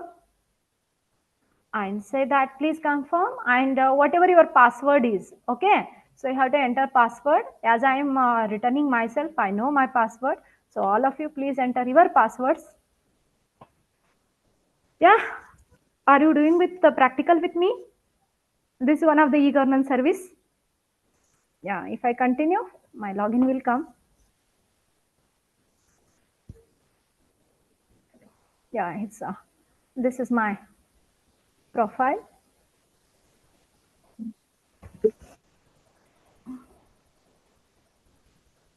Yeah. How many of you logged along with me? Yeah. One.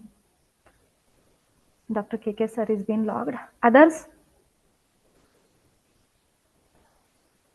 It's very easy to file yourself.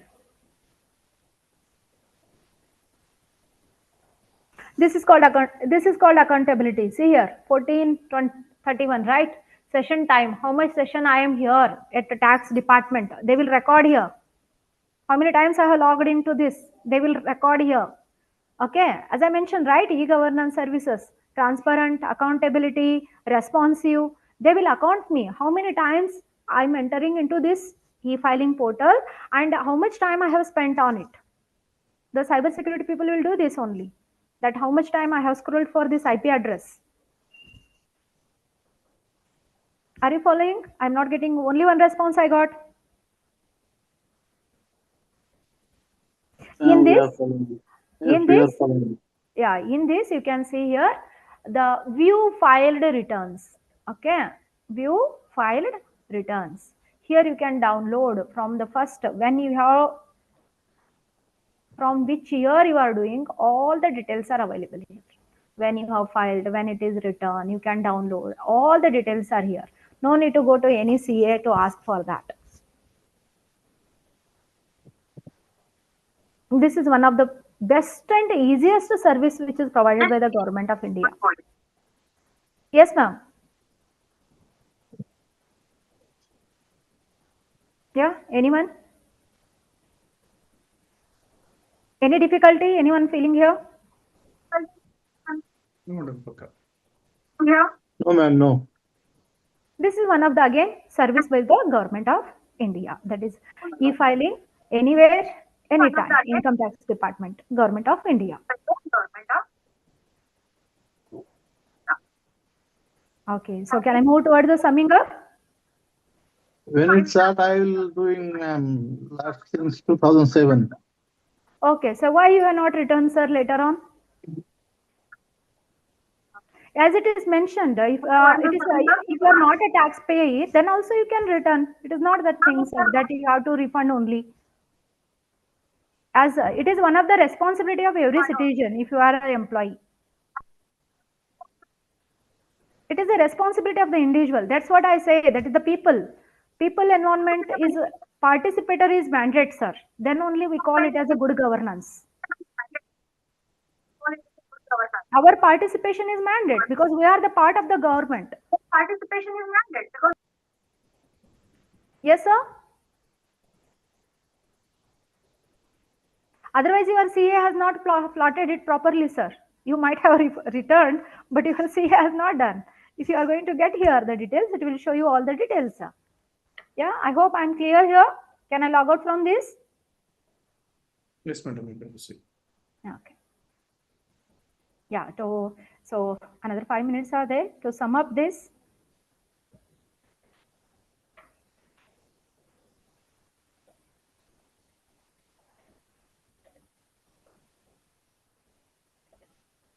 So e-governance marks a paradigm shift in the governance that fosters the accountability, transparency, efficiency while empowering citizens and enabling economic and social progress. The main motto of them is we should be in a progress with the society. As the government, it continue to providing many and many ICT tools for us. They are not with the restricting with only phone pay they have done and kept. No, they brought a BHIM. They bought another UPI. We are internet banking again with a mini application that brings with the smart. What smart stands here now? Anyone? That is the S stands for secure. S is for smart, M for moral, A for and R for T for transparency. Yeah. I have given, sir. That is the main objective of the e-governance. Brings us closer to inclusive and participatory governance framework, ensuring the overall well-being of the societies worldwide. So this is the summing up my presentation. So these are the references which I have used for this, and any question answer it is open for.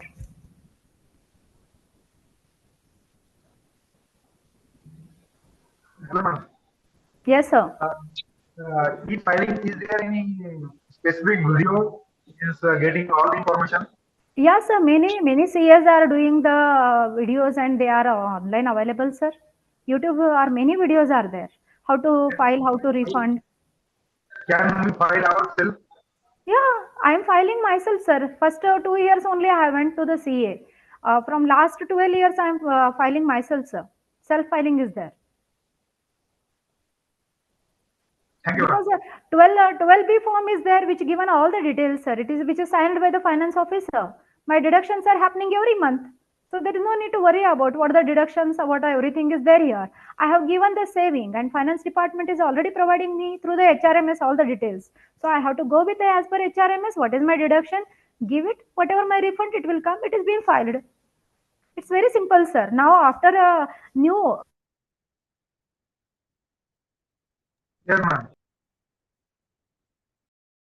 Year, like 139 resume has been. Otherwise, earlier ATC deduction we have to see, ATD deduction we have to see, ATZ deduction we have to see, rent deduction we have to see the saving bank account thing. But it is now it is very easy. Only one deduction, that is 7 lakh, no tax. Otherwise, there is a tax. So it's very easy nowadays. That becomes the easy, sir. Yes, I will go to the participant number 73 for their answer now. Are you there, sir? I was stopped that time. Sorry, but yeah, you can answer this time, sir. Gauthan. Hello. Yes, sir. Hello. Are you clear with the presentation, sir? Yes. Your presentation was so nice. Thank you. Exhaustive. Yes, sir. Can you tell me about, can you elaborate about Gauthan, sir? Actually, ma'am, it is the marking the limits of the panchayat area as per my understanding.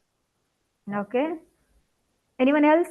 Madam मध्यवर्ती ठिकाण गावाचं चावडी म्हणतो आपण ते okay. जिथे सर्व जुनं सर्व गोष्टी सर्व madam जब यहाँ पे इम्पोर्टेंट जो बाउंड्रीज या आउटलाइन या कोई प्लेसेस दिखाना हो तो गाव ठाण बोलते. ठाण म्हणजे स्थान, गाव, विलेज. मी तर गुगल मध्येच घातले बघा. दिले होते मी टाइम दिले होते मी तुम्हाला बघा म्हणून. मुख्य ठिकाण गावाचं ज्या ठिकाणी पंचमंडळी गावाची देखरेख करते आणि जिथे संपूर्ण गाव एकत्र येतं नेहमी ते गावठाण म्हणतात त्या एरियाला. हा ते सर आपण आपल्या गावी भाषेमध्ये सांगतो, पण ते एक प्रोजेक्ट आहे sir, commonly reserve for village settlement. Maharashtra state government हे स्कीम दिलेलं आहे, त्यामुळे मी तुम्हाला सोडले. मी महाराष्ट्रामध्ये चालेल नाही सध्याला FDP, त्यामुळे ठीक आहे. बघू तुम्हाला किती माहिती आहे, विचारू ते एक बार म्हणून. ओके, तर हे स्कीम प्रोजेक्ट आहे सर, दॅट इज 12.5 इटा गोतान एक्सप्रेशन स्कीम आहे. सिटी आणि इंडस्ट्रियल डेव्हलपमेंटसाठी पर्टिक्युलरली ते केलेलं आहे. त्यामुळे ह्याला आपण काय म्हणतो, हे land in around old village and rural एरियामध्ये जे आहे ना, ते फोकस करतो सर. हे आपण काय म्हणतो सर, त्याला जनावर राखायला वगैरे सोडत होतं नाही सर जागा. ते गायरान जमीन मॅडम, गायरान जमीन. त्या प्रकारे तिथं कसं आहे का, आणि ते सारं स्टेट ऑफ इन्फॉर्मेशन ठेवायसाठी हे प्रोजेक्ट केलेला आहे सर. गायरान जमिनीसारखी राखीव जमीन ठेवणं. लिगल स्टेटस म्हणून सांगतात सर त्याला.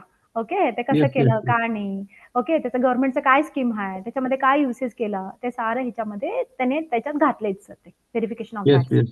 सो I hope you are clear. Yes ma'am. Yes. Yes. Any other questions?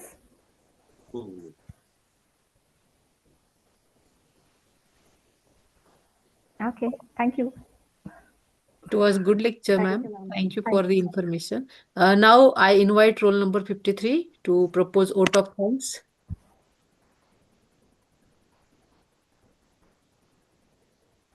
Yes, ma'am. Yes, ma'am. Yes. Yes, you can start. Yes.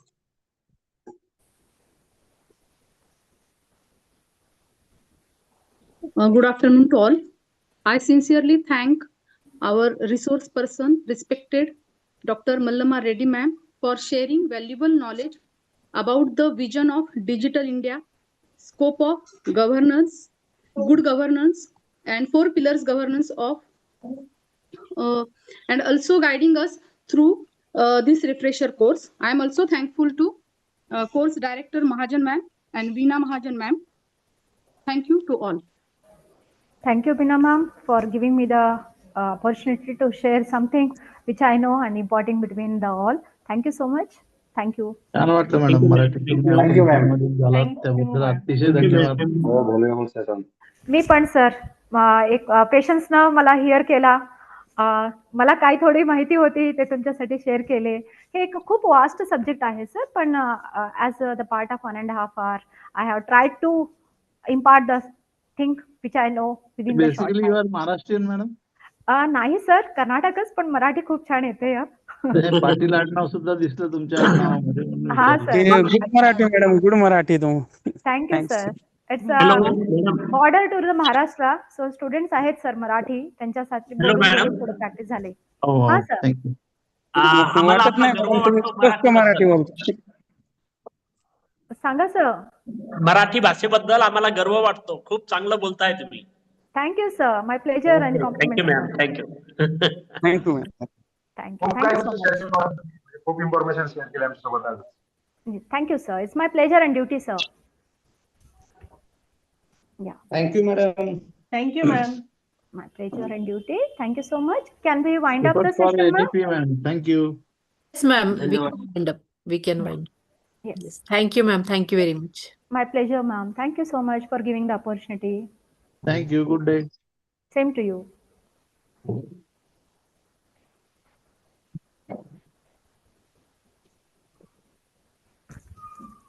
This meeting will be continued for the second lecture. Our guest will come and we will start our next lecture by the Surve sir. Today there is change in the timetable, so accordingly there are 4 lectures. One is already end. Now we are going for the second lecture.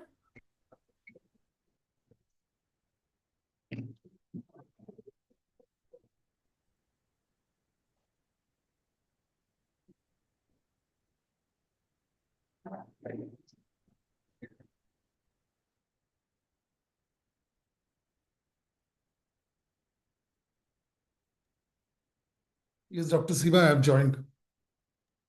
Yes, sir. Roll number 56, are you there? Yes, ma'am. Please read the biodata of Dr. Sachin Surve, sir.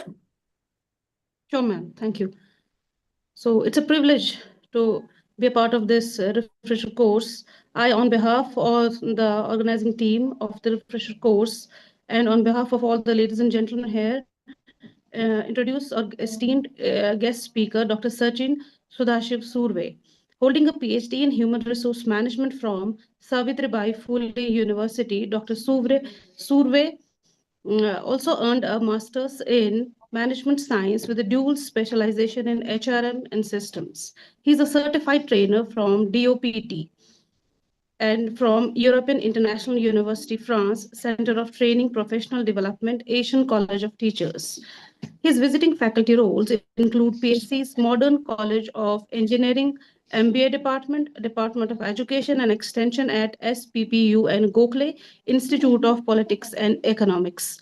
Dr. Surve brings about 30 years of diverse experience in education, corporate training, research, and public sector coordination, currently serving as coordinator at the Faculty Development Center, UGC Human Resource Development Center, Savitribai Phule, Pune University.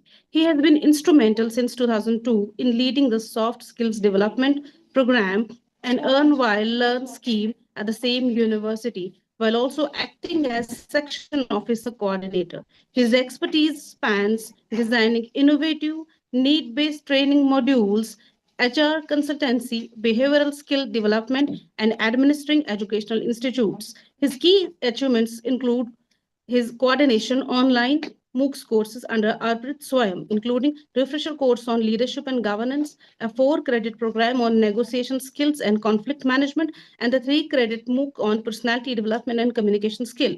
He serves as a consultant for Maha Swayam portal and is a member of advisory committee for Symbiosis Training Learning Resource Center. He is a prolific contributor and has authored 2 books, 7 research papers in national international journals, written 3 chapters and numerous other articles. Please join me in welcoming Dr. Sachin Sudhashiv Surve with a warm round of applause. Please, sir, I hand over the session to you. Thank you so much. Thank you so much for the introduction. Am I audible to everybody clearly?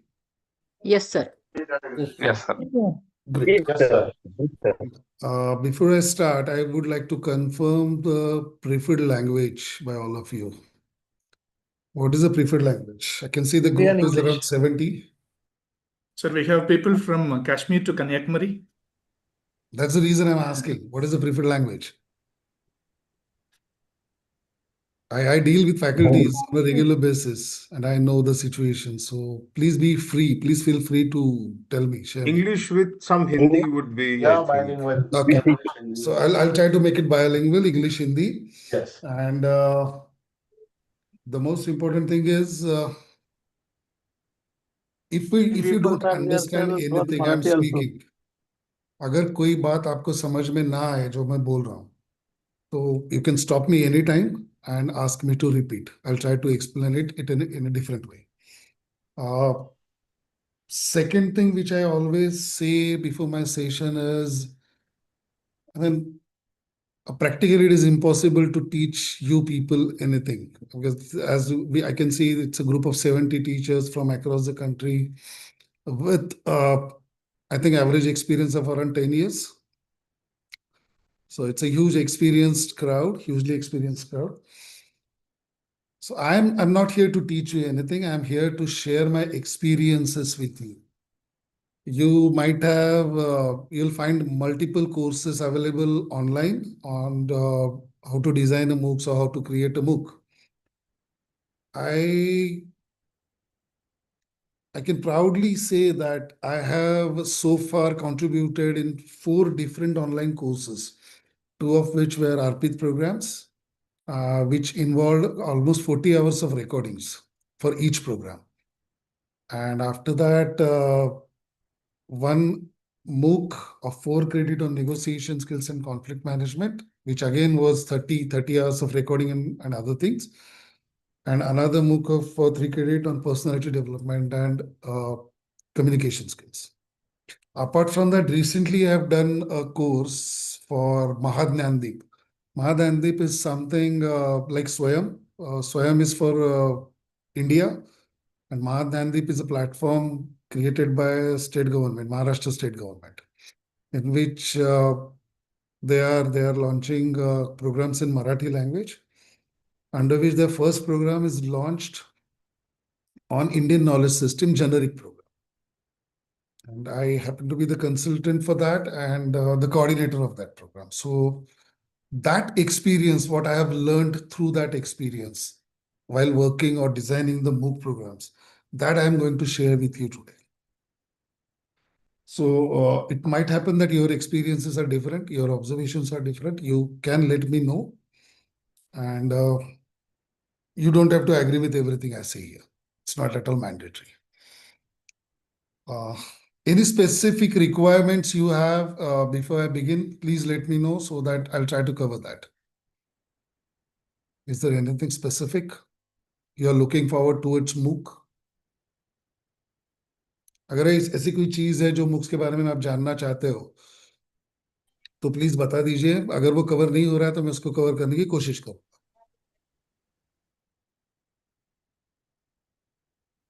नहीं? Okay.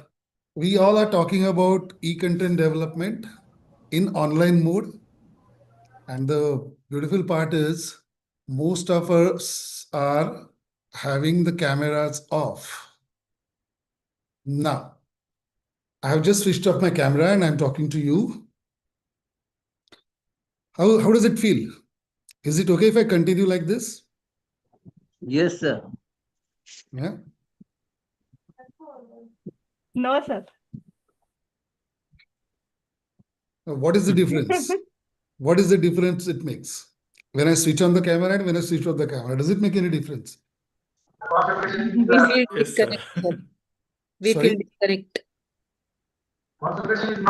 Disconnect लगता है sir, disconnect. Disconnect लगता है. That connect is not there, right? Yeah. Now, Yes, yes. when I'm connected to you all, because as it is necessary for me to keep my camera on to make you feel connected, it is also necessary that I should not be talking to the blank screen, right? It's a span of 90 minutes, friends. I know it's difficult for teachers to listen to other people. And when the faculty is like me, it is even more difficult. So let us make life easy for each other. Please switch on your camera and try to make it interactive. I'll be asking very simple questions. I'm not going to use any technical terminology, anything. I mean, I'll try to make it as simple as possible. But it is I can do that. I'll be able to do that only when you people are interactive. You people are asking questions.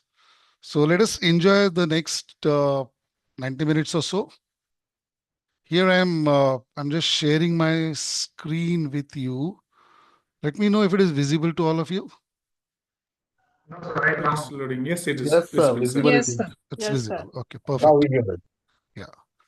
Now, as I was telling, these are the few programs I have been part of, and I'm just sharing the experiences with you all. So my first question to all of you is, what is MOOCs?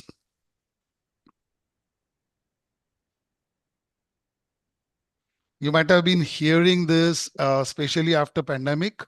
We all are hearing these words. NEP also has allowed 40% of credits to be earned online. तो बार बार ये मुक सुनना पड़ रहा है. तो क्या है मुक? What is MOOCs? Massive open online courses. Massive open Online online course. courses. Perfect. So I'm happy. Chalo. This thing we all know that it is massive open online courses. Which may be synchronous as well as unsynchronous. Okay, can you please elaborate on is synchronous and unsynchronous? In asynchronous, we are not having the interaction with the person. Suppose we have put a YouTube video and we cannot interact with that person. But in synchronous manner, a video is also there and some interacting sessions are also there. Okay. So right now what we are doing is, what type of videos session it is? Synchronous or asynchronous? Synchronous. Synchronous. Perfect. Okay. So, as you all know, I'm talking about MOOCs, especially in India. Okay, I'm not talking about MOOCs for private platforms or which are available on multiple platforms, but I'm talking about developing MOOCs for the Swayam platform or any other platform which is acceptable for credits to be earned by the students. Here, this is the link. I'll share this PPT if you want. These guidelines are available on UGC's website. I'm just clicking it. Yeah, I hope it is visible to all of you. Yeah. This is a huge guideline. I mean, it must be around 70 odd pages. No, sir, guidelines are not visible. We are looking for the PPT only. Okay, you're looking at PPT only. I have opened it here. Okay, I'll share the guidelines with you. You can search it on the website because the guidelines is not the topic for today. Here, I'm just sharing the guidelines just to show you. See, these are the guidelines issued by UGC for developing and coordinating the MOOCs. It involves the financial terms and conditions and the rules, how the MOOCs are approved, what is the procedure for that. Everything is given in that guidelines, right? We all know that the Swayam platform or the MOOCs are developed using the 4-quadrant approach, and these 4 quadrants are tutorials, e-content, web resources, and finally assessment. Okay. How many of you have been involved in developing or creating a MOOC or a part of a MOOC? Sir, I have developed one MOOC for Gujarat University refresher course in chemistry. Okay. You have developed a session, right? Yes, sir. Okay, great. Great. So you will be able to relate what I'm trying to say. So these are the 4 quadrants. The quadrant 1, when we talk about e-tutorials, this involves audio-visual contents with animation, virtual lab simulation. Now, this is something we develop, we create. When we speak about MOOCs, there are videos, recorded videos using this technical animations. Then now AI also can be used for creating those videos and making it more interesting. So whatever contents we are creating using technology, which are created, which are not already created, which are created by the coordinator, appears in quadrant 1. In quadrant 2, we have, just a minute, again e-contents, but these are available or created by the coordinator. It can be in the form of reference material. It can be shared with the participants in the form of PDF or self-instructional material or any particular book which is to be referred, ebook which is available on the internet and which is to be referred by the participants. So that list can be shared under quadrant 2. In quadrant 3, we have got web resources. While we are dealing with, I mean, how many of you have completed any MOOC? Not created, but completed a MOOC? Yes, completed. That of Ramanujan. Completed 3. I have also Ramanujan. done. Okay. Sir, I Great. completed 3 Swayam courses. Sir. 3 Swayam courses. So you must be knowing 3 here. NPTEL. Yeah.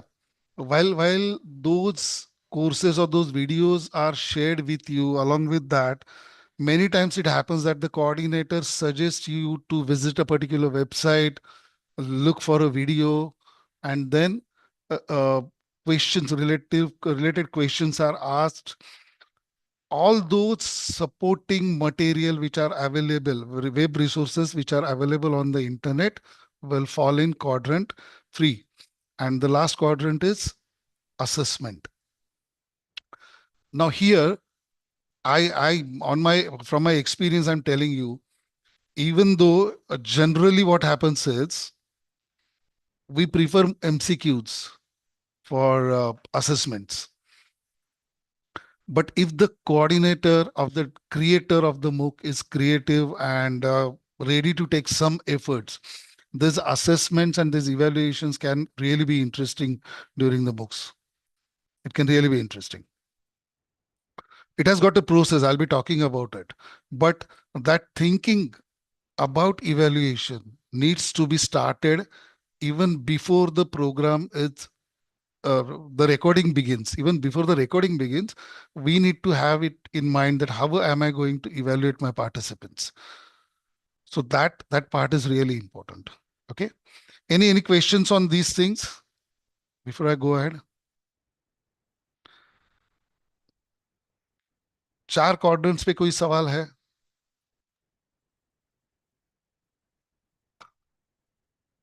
Sir, Yeah. if we are preparing a video Yeah. on YouTube, we are satisfying all these 4 quadrants. Can we say e-content to it, and can we avail these marks in API also?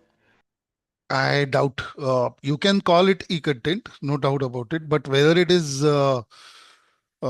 creditable for API, I doubt. Because it for API, it has to be on platforms authorized by the government.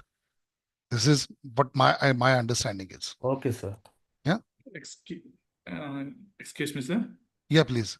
Sir, actually, recently I asked my students to register for one particular course in Swine portal, and I also registered to be a mentor. There I saw in the resources section there was only one ebook. That one ebook it was for some 6,000 pages or something, which is nothing but the transcript of the video lectures, and here and there you can see the PowerPoints also there. So can we consider that also as e-content, because there was no other reference text or no Yeah, other thing it is a part of e-content. I must say this here. We are at a very young stage when it comes to developing MOOC. Okay, sir. We are at a very young stage. We need to understand. See, the fact is, who is going to design MOOC? Somebody who has got academic background, somebody who is intellectual and who has got expertise in a particular subject, right? Now we are good in the subject, we are good in contents, but here the thing we need to learn is how to convert it into MOOCs. And it really takes efforts. It really takes efforts. That's the reason, I mean, most of us are not even trying to send a proposal to UGC. I've seen many good people who can do wonders in MOOCs, but they are hesitant to sending a proposal to UGC. I really wish after this session, some of you will come forward and at least submit a proposal to UGC and CEC. So we will get good MOOCs for students. Okay. Yeah. Because of that, we still are not clear in our mind what can be called as e-resource, e-content, and there is so much material available on the internet free. But as coordinator, I need to take efforts to search those material, search the videos relevant to my topic, and then make it available for the students. I need to take those efforts. I need to put in some time. Okay. So shall I go forward? Yes, sir. Yeah. Thank you. Okay. Yes. Yeah. So what are the features of a good MOOC or effective MOOC according to you? What is the difference in a live online session and a MOOC? First of all, it should be interesting. It should create some interest. Okay. Now this is applicable to everything. I mean, even if I'm conducting a session in a physical mode, it has to be interesting. Yeah. Yes. Right. Okay. So and then the content should be focused. Okay. And the delivery is also very much important. Okay. Here in MOOCs. Okay. So there could be some discussion forum where the learners can ask their doubts. Like in a live classroom, I can just ask you a question right away, but I can't do that in a MOOC. So there has to be some mechanism for that where students can raise their doubts and questions. Perfect. Yeah. They can be kept engaged by various game-based learnings like code and all this. Okay, different tools and applications can be used. Okay. It should be flexible. Yeah, it is flexible. It is a feature of MOOC. It is flexible. There should be time limit of that lecture for effective learning. If it is being for hours, may it will be bore. Okay. And there should be free access, Easy access. easy or free access for the MOOC courses. Both easy access and free access is also required for our thing, because if we go for private online platforms where there are multiple courses available, but they are chargeable. Sir, it's a way forward to multidisciplinary. Sorry? It is a way forward to multidisciplinary. It is a way forward to multidisciplinary approach. Yeah, agreed. Sir, it should be in a simple language, understanding to the everyone. The language should be simple, considering the students. Now, and the MOOC module itself should be something relevant. It should have some relevance. Thank you. Thank you. Thank you so much. Thank you so much for coming to the point. The first and the biggest difference here in MOOC and other classes is the number of audience. Here we have got 80. In your classes, you might have students in the range of 60 to 80, right? But when we do MOOCs, when we create a MOOC and it is launched on a particular platform, the number can get to anything. Anything. I mean, my courses had registrations over 10,000, 15,000. There are courses from IIT which has got registrations more than 20,000 on SWAYAM. So it is catering to a large scale of audience. We need to consider that, because whatever I am doing, it will be referred by people across the world. I need to understand that. I need to understand the mindset of the student. When a student is coming in front of you in your classroom, do you directly start teaching or do you try to understand their level of understanding? Yes, we are going for revival of knowledge first. We go for revival of knowledge, or we decide at least a basic level कि इनको इतना पता है और वो सोच के हम उसके आगे बढ़ने की कोशिश करते हैं.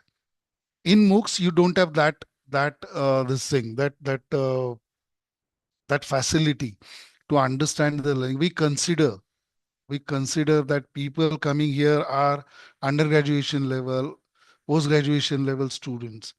But even if a student, there are 10 students who are at third year of graduation, I'm sure you will agree with me that their understanding or their level of knowledge is not same. It cannot be. There has to be difference, and that needs to be considered by the creator of MOOC, that I am going to have audience which are going to be from different backgrounds, different preferences. उनका जो course attend करने का जो motive है वो भी अलग अलग होने वाला है. There will be few people who are attending only for the certificate, just like now in this refresher course also. How many of us are attending it only for the certificate? Sir, I am not. I am due for associate professor promotion, but I am learning it only for the, sorry, I am having it only for the learning purpose. Yeah, I don't want to be personal, but I know it. I know it. The major objective of attending the refresher or orientation program is to get the certificate and cross the hurdle of CAS. That is the major objective.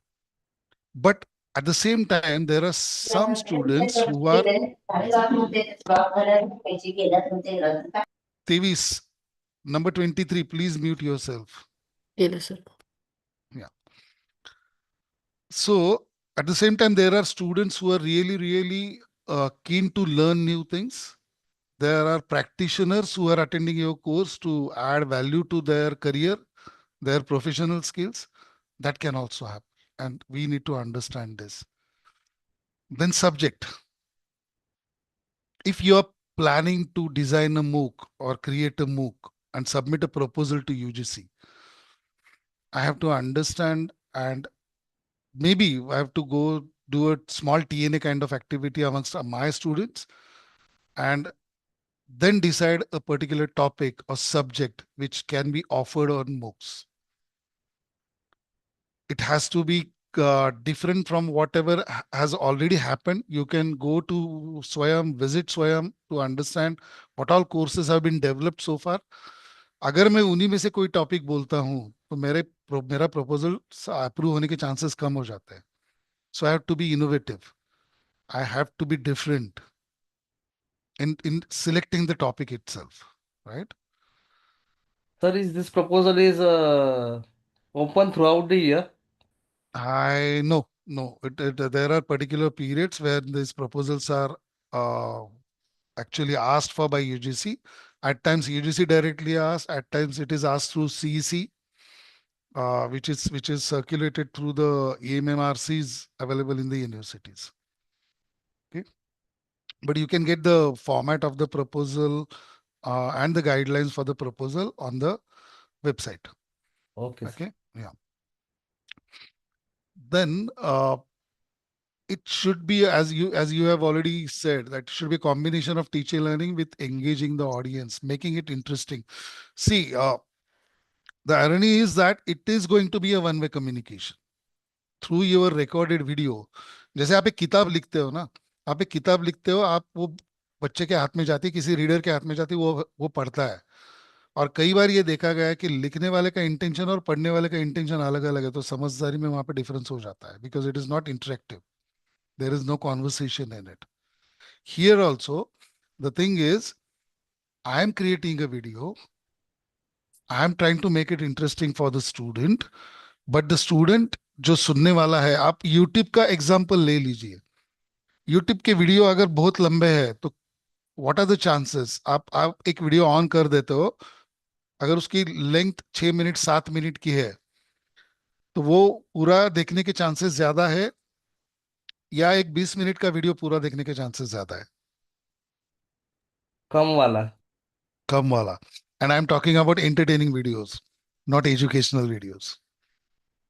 Right? So considering this, it is more challenging to make the educational videos interesting and generate the curiosity amongst the students to learn more. That is the whole objective of those videos. Okay. As you said, it has to be easily accessible, generate curiosity and provide answers to questions. It has to have hand holding kind of thing. ऐसा नहीं है कि video दे दिया खत्म हो गया, चारों quadrant का मटेरियल दे दिया हो गया. There has to be discussion forum, there has to be hand holding, there has to be a platform where questions can be asked. The creator should be approachable, contactable through. Now there are various platforms like WhatsApp, Telegram. We can be contactable. We can have Zoom meetings for the learners. Maybe once in 15 days. Once the course is launched, जो भी content deliver हुआ है उसके लिए discussion forums हो सकते हैं अभी. Then we have to think of the evaluation process, which is again interesting. And ultimately it has to encourage self-learning. क्योंकि जितना हम दे सकते हैं, 4 क्रेडिट 2 क्रेडिट का अगर कोर्स हम बना रहे हैं तो उसमें 20 घंटे की लर्निंग है, 20 hours. Out of 20 hours, 10 hours are going to be recorded videos. And 10 hours are supposed to be covered by the other 3 quadrants. Okay. तो ये 20 घंटे में वो पूरा कोर्स खत्म नहीं होने वाला है. I'll give you an example of the Indian Knowledge System course, which is of 20 credits. 10 घंटे का recording हमने कर दिया, material भी दे दिया, लेकिन generic IKS cannot be covered in 20 hours. It is a huge topic. So the duty of that MOOC is to generate interest amongst the learners कि यार इससे आगे पढ़ना है मुझे, ये interesting है, I need to understand, I need to learn more about it, and then the student starts searching for more. That is the main objective of MOOC, because as we say, learning is a never-ending process, right? Now, this is a flow chart I have created for designing a MOOC. Okay. जैसे हमने कहा ना कि MOOC जब design करते हैं तो शुरू में क्या करना है. The first thing we have to do is TNA. एक टॉपिक डिसाइड करेंगे हम लोग, उसका टाइटल डिसाइड करेंगे, उसके ऑब्जेक्टिव्स डिसाइड करेंगे. And this is going to be work. I'm going to give you time now. I want you to work on this. Earlier, my session was planned for 3 hours, so I had designed actually a lot of activities wherein you were supposed to work in groups. But now I have to cover everything in 1.5 hours. So let us do this, every individual. I'm going to ask anybody. I'm giving you time. I'm giving you 7 minutes. Think of a topic related to your expertise, which is required by the students. Initially, we'll think of a 2-credit course, not necessarily which is in syllabus.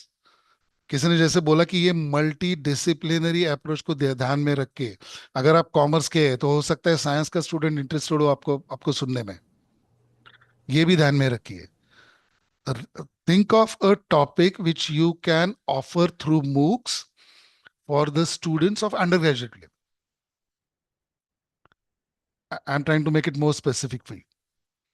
I want you to think of a topic and decide a title for your course and list down at least 3 objectives of your course. I'm going to ask anyone, any number I'm going to ask. I've given you 7 minutes for this. Please switch on your cameras if you're not.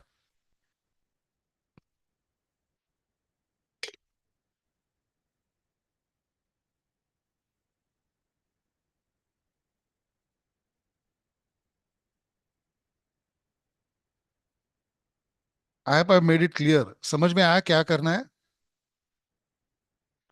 समजलं नसेल तर विचार, मी मराठीत परत सांगेन. Yes, Dr. Alka Mishra, is it clear? Okay. Yes, sir.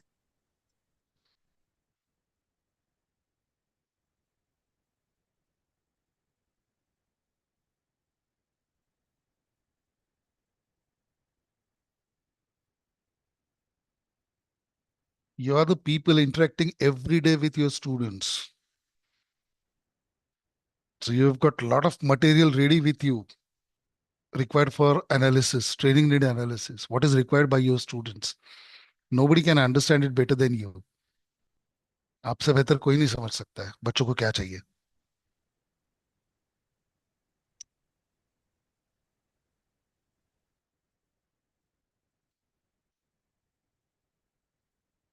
Number 54,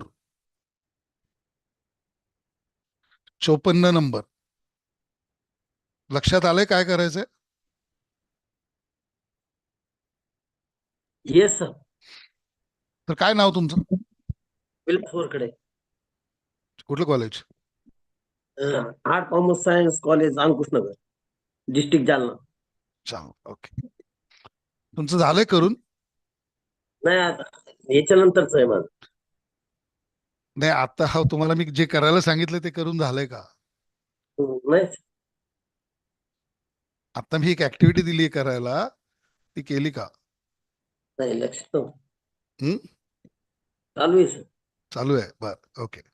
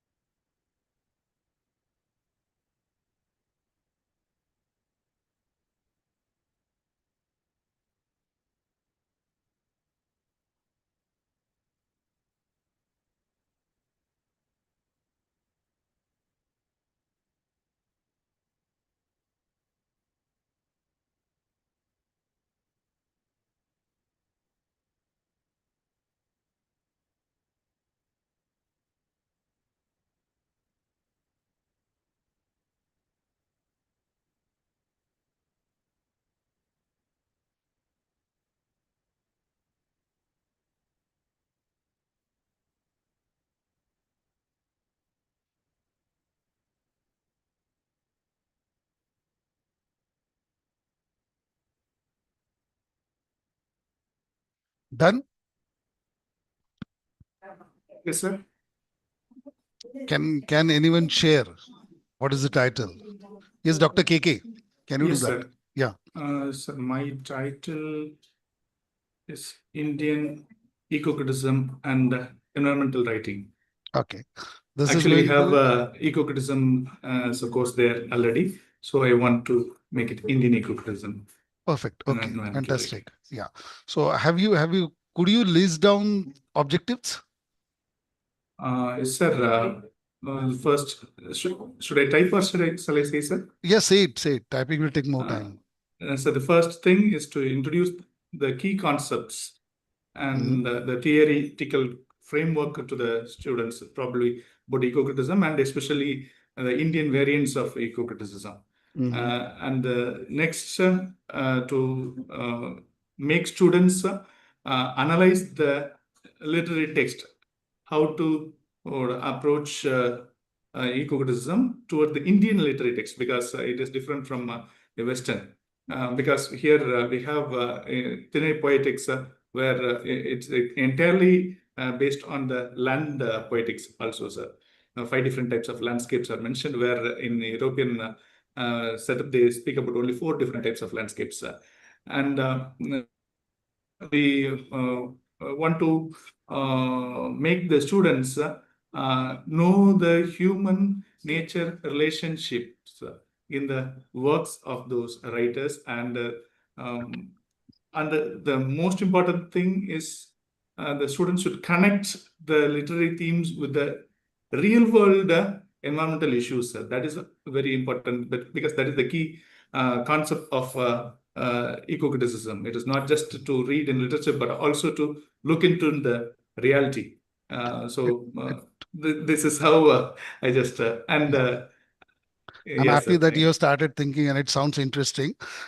Just a small suggestion: when you're listing down the objectives, it should start with at the end of the course, the student will be able to. Then Okay, 1, sir. 2, 3, 4, 5. That will be a great thing. Yeah, number 74. Number Yes, 7. sir. Hello, sir. Yes, Yeah. sir. The problem I have analyzed that it is related to environmental problems. Okay, the topic to make aware the B.Ed student about sustainable developmental goals, especially related to environment, that is the drinking water and health and hygiene, and it's also included recycle of waste. And these are the topic of the research, and the objective will be to make aware the students about the contaminated water, and to make the student aware about to avoid use of plastic and recycle the waste products. Okay, great. Anyone else? Not from the environment thing now. So should I? Yeah, go ahead, please. So, sir, I have prepared the title as Communication Skills for Job Readiness or to Become Job Ready, something like this. Okay. Because this is something which across discipline students would be interested. The objectives would be to make students aware of the importance of communication and soft skills for becoming job ready. The second objective would be to explore different aspects of communication, verbal and non-verbal, that enhance your personality and communication. And lastly, to be able to develop a modern resume and explore or master interviewing, job interview skills. Perfect. Okay. So the first part, yeah, anybody else who wants to go now? So 29, can I say? Yeah, go ahead. Quick. Sir, this is a more actually I belong to computer science. That's why it is specific to my computer science department. Designing a database model. This is the title of the particular course. I have framed following objectives, 3 objectives. How data can be stored in the form of data and records systematically. Second is how to access data in future purposes. Third one is to provide security measures for the sustainability of authentic data. Okay, perfect. Thank you. Now, friends, whatever you have done now, see, you are experts in these areas. So you know the authenticity and the requirement of these topics and contents for the students and the education overall. So I'm not going to speak about the technicality of it or contents. What I'm more interested is about the process, which has already started. You have started thinking in that direction that you can develop a MOOC, you can create a MOOC, you can think or decide a fix a topic. Then the next step is listing down the objectives. The third step is, if I have to do 10 hours of recordings, I want to record 10 hours of videos on my topic. So what all topics will be covered in those 10 hours? It has to be clear in my mind. It has to be very clear in my mind that this 1, 2, 3, 4, which is the most important topic, which is the least important topic. There has to be a flow in it. It has to go systematically. Now, because I'm from the same field as Dr. Romani. She has spoken about soft skills. I strongly believe if there is any session about soft skills or any program about soft skills, it has to start with attitude. So in my opinion, attitude will come first. Then the other skills will follow. So accordingly, in your session, which are the topic which are very important? So you might be giving 2 hours for them, and then distribute the other sessions in a span of half hour, 20 minutes, 30 minutes, like that.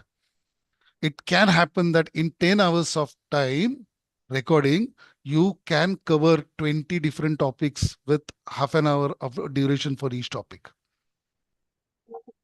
It can happen. It depends upon you because you are the creator. Remember one thing, friends, whatever you are going to create through MOOCs is going to get viewed across the globe and is going to stay here even after you. That is going to stay.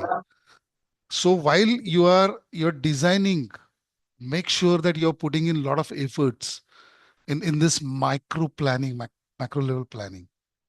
That will help you to have a effective MOOC with highest quality, which people will refer not only for academic purpose, but even for research purposes. So putting in efforts at this level, ground level, will be helpful, friends. The next task is the most difficult task, according to my experiences. For example, if I'm giving again the example of communication skills. If I think that non-verbal communication is the biggest thing in communication skills, and I've decided to give it 60 minutes. So out of those 60 minutes, I have to break it into small crunches. Like in non-verbal communication, there will be vocal communication, visual communication. Out of vocal communication, there will be contents on tones, speed, pauses.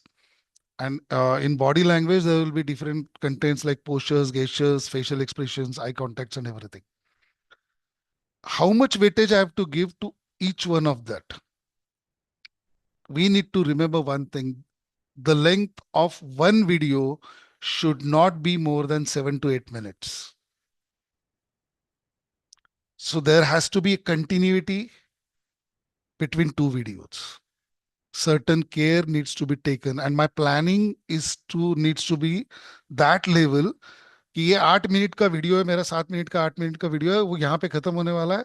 यहाँ पे मैं एक सवाल पूछूंगा, अगले video में उसका जवाब देके I will continue with it.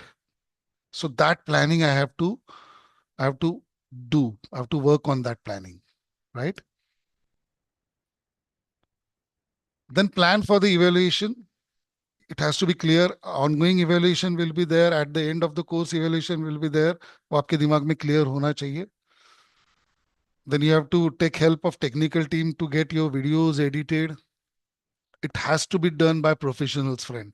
Mobile पे record करके अगर आप करोगे, तो that quality will differ. It has to be. You have to take professional help for this. And this, then I have listed down, select a platform. But my suggestion will be, for now, at least, you select the platform first. Because once your course is accepted by UGC, they will provide you financial assistance to create your MOOC. And it will be easy for you to take the professional help for recording, writing, and editing. Even posting your course on Swayam platform is easy. Okay. Any questions on this? Any questions on the flow I have spoken, whatever I've spoken on this? No, sir. Sure. So shall I move ahead? Number 3, do I have a question? Number 3, you have unmuted. No, sir, sorry. Okay. Sir, No, yeah, please. Sir, is there any live session in MOOC? There are no live session in MOOCs, but we can have the discussion forums live. Okay. That is an intervention to connect to the learners, answer their questions, answer their queries. As I said, we are still too young when it comes to learning through MOOCs and creating MOOCs. Because I tried live discussion forums, wherein out of 10,000 students, almost 300 students actually joined the live Zoom meetings. And most of them had questions regarding examinations. When are they going to happen? What is going to be the pattern of the examination? Because we are more focused on that. This learning using MOOCs is for different purpose, and it will happen. Eventually, it will happen. Definitely, I'm sure about it. Thank you, sir. But that becomes really effective if you are using live Zoom meetings or Google Meets to engage your learners. It is really effective. It helps. Okay, to plan this, here are some tips which I have been using. The first thing is know your audience. आपका course कौन करने वाला है? What is the biggest expectations? It can be opted by people who are already in, like for the environment courses, what our friends were talking about. It might happen that people working in NGOs, different NGOs can opt for your courses just for enhancing their knowledge. It can happen. Right? Similarly, with the soft skills course, people who are already in job can join your course to enhance their skills. So the audience are going to be different. Like first year, second year students, their expectations are going to be different. The professionals, their expectations are going to be different. So we need to know our audience, think about them. Then analyze and understand the expectations of the audience. We have already done these 2 things and tried to decide a course title for yourself. Begin with the end in mind. मैं क्या करना चाहता हूं, मैं क्यों कर रहा हूं, ये आपके दिमाग में पूरी तरह से क्लियर होना चाहिए as a creator. Major components to be delivered. Structure the entire course in proper sequence. एक बार रिकॉर्डिंग शुरू करने के बाद स्ट्रक्चरिंग मत करो. पूरा स्ट्रक्चर पहले डिसाइड करो, उसका सीक्वेंसिंग डिसाइड करो and accordingly start preparing for the videos. Because along with the videos there are different components you have to create. It is not only videos. ऐसा नहीं कि वीडियो कर दिया, भेज दिया, खत्म हो गया. नहीं, उसके साथ 11-12 डिफरेंट कंपोनेंट्स आपको बनाने पड़ते हैं. So make sure that your course is in sequence. क्योंकि सीक्वेंस से अगर सीक्वेंसिंग अच्छा है तो लर्निंग भी इजी होता है. Yeah, this I have already spoken about. List down contents to be offered in each section. Delivery method. अब वीडियो रिकॉर्ड करने के क्या अलग अलग मेथड्स हो सकते हैं? Can you think about different methods of recording videos? Some open access tools like OBS we can use. In Office 365 also, you can record the video. With Pen tab, you can use the Khan style. You can record the Khan style videos. So different ways are there, sir. Yeah, there are different technical tools, what Dr. Kundan has suggested. But is it necessary that only one person is speaking at a time in the No, video? sir. You can also No. go for interviews and different things in the video. Absolutely. Yeah. Think we can be creative in that. We can have panel discussions. We can have 4 or 5 different experts of the topic sitting together.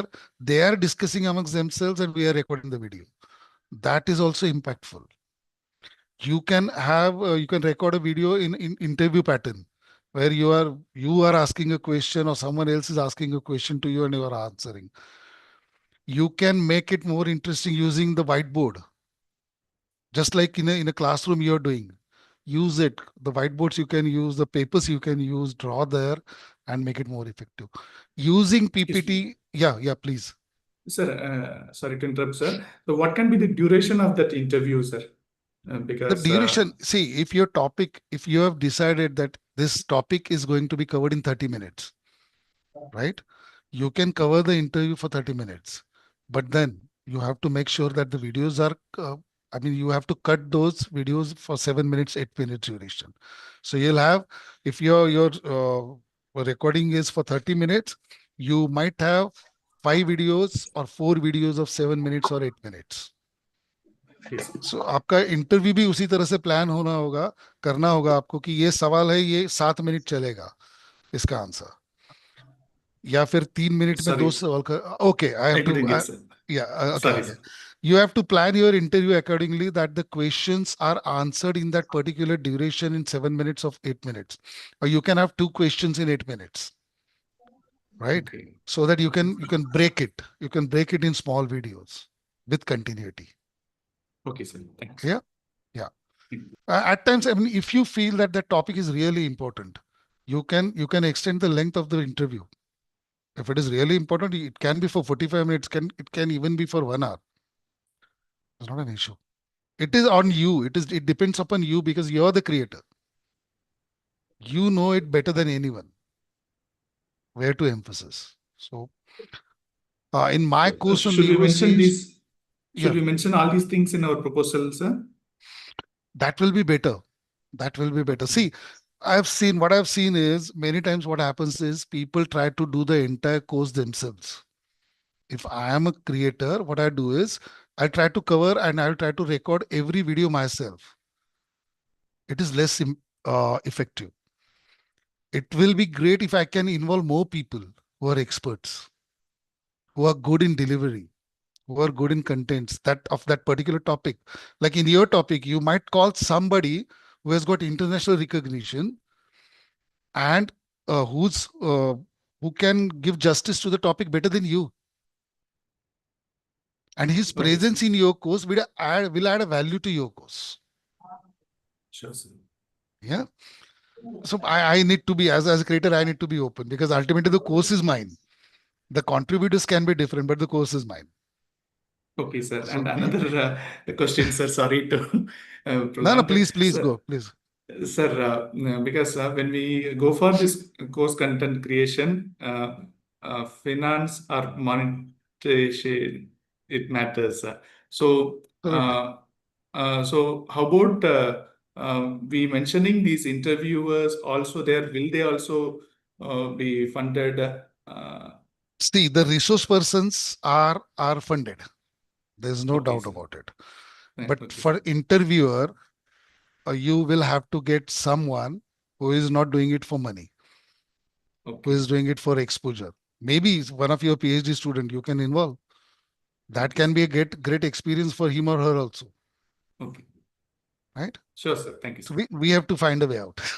Okay, sir. Right? Thank you. Okay. Okay. Yes, Hello, please. sir. 73. Yeah. Sir, to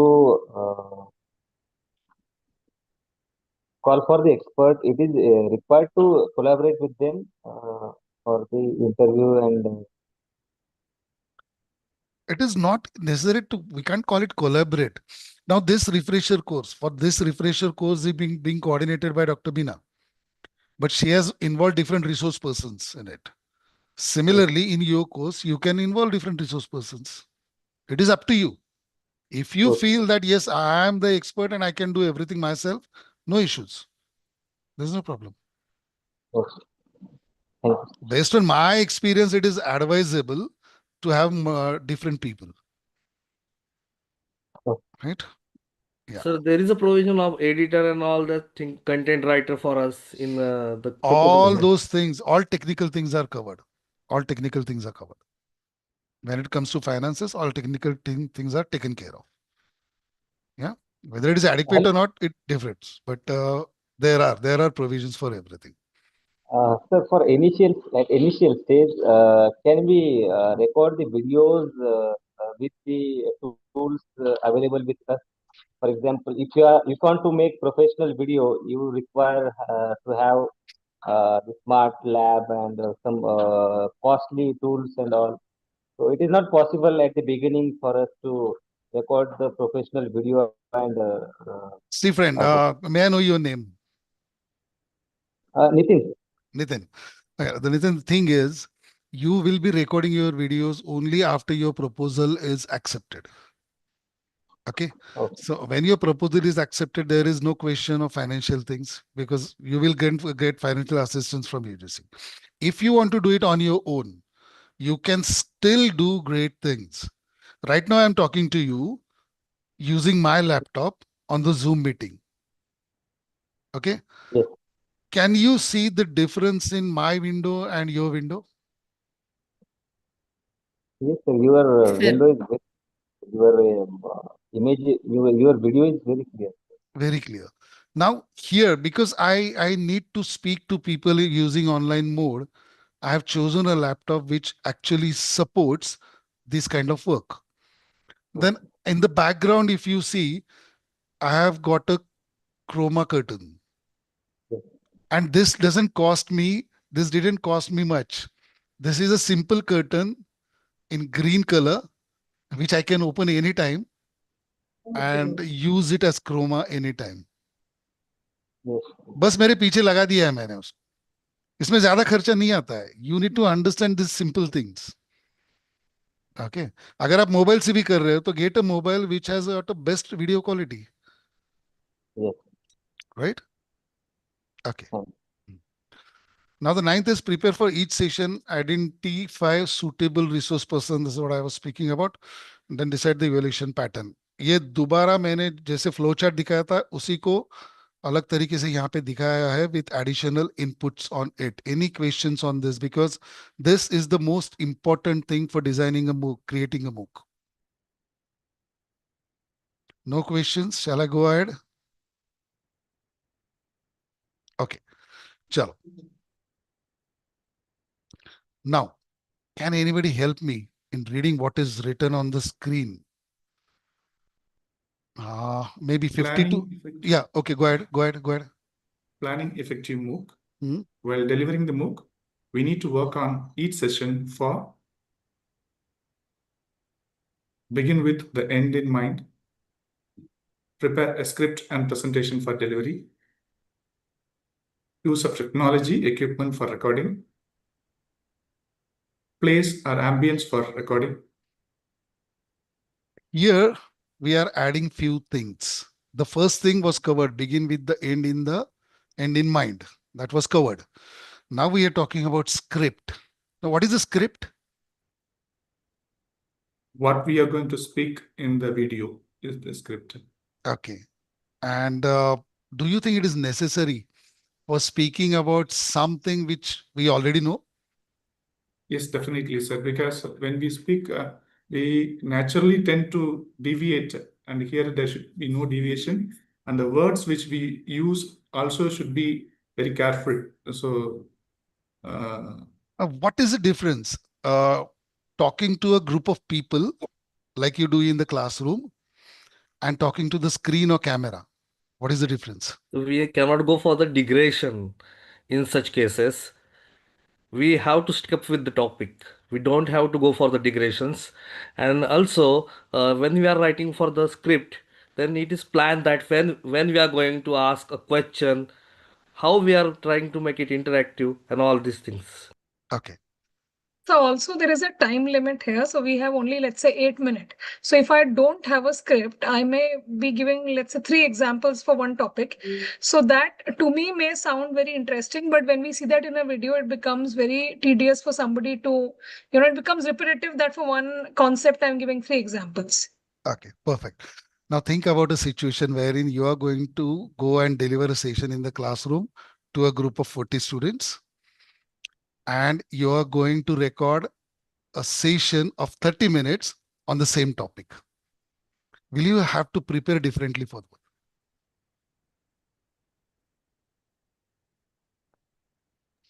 Sorry, sir. Can you repeat? In my live session, in my class, am I right, sir?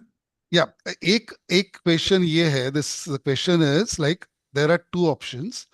In option one, you are going to a classroom wherein there is a group of 40 students, and you are going to speak on a particular topic for 30 minutes.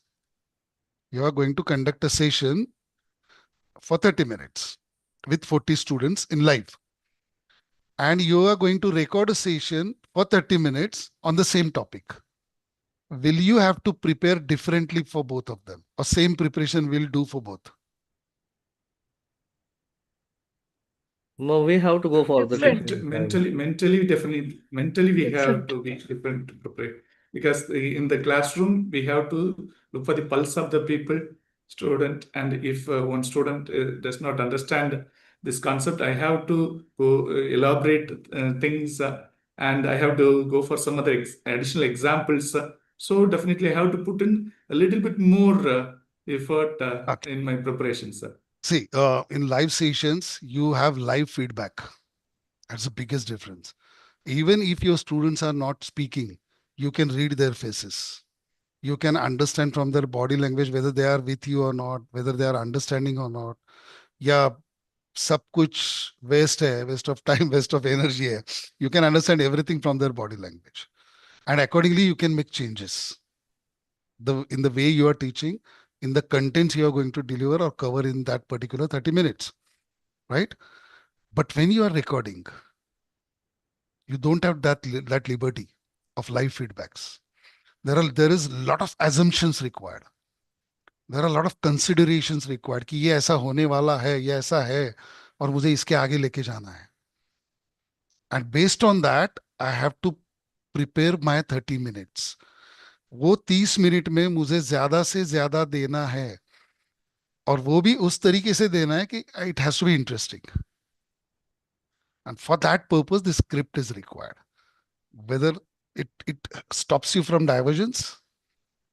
I have tried this, friends.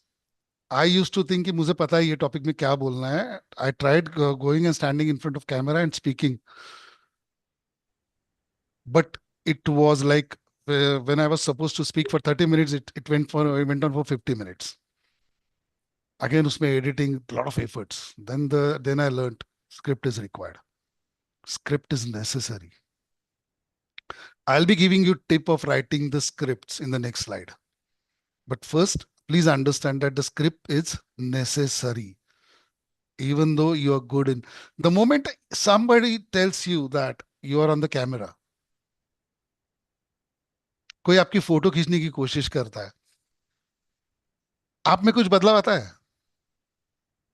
Immediately I start smiling. खींच के भी लेकिन वो smile आ जाता है अपने face पे, because somebody is clicking my picture. And when you are facing the camera, it is not easy. I have seen this happening with stalwarts who are used to address 5,000 people at a time. Who have done it in their life for many times. But the moment they stood in front of camera, they were sweating in AC.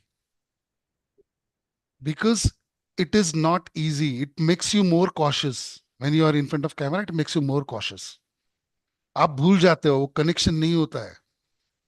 And that is where the script helps you. Along with the script, it helps you if you prepare a PPT.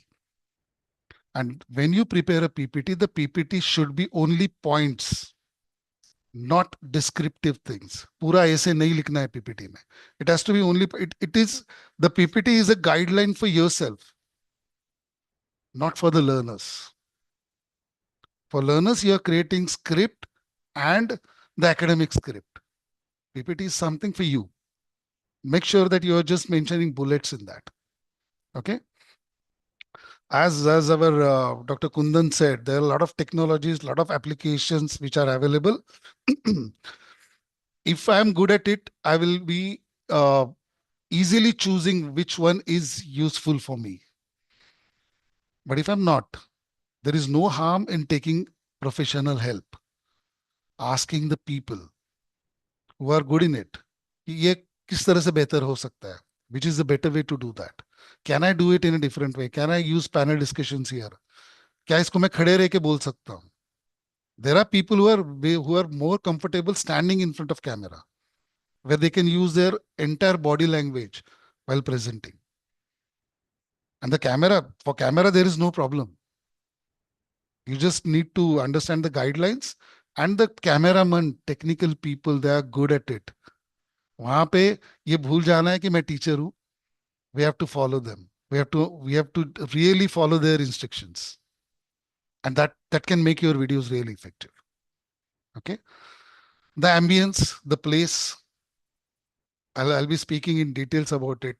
अगर मैं घर में भी record कर रहा हूँ तो मेरी घर की कौन सी चीजें मुझे दिखानी है, कौन सी नहीं दिखानी है, I need to understand it.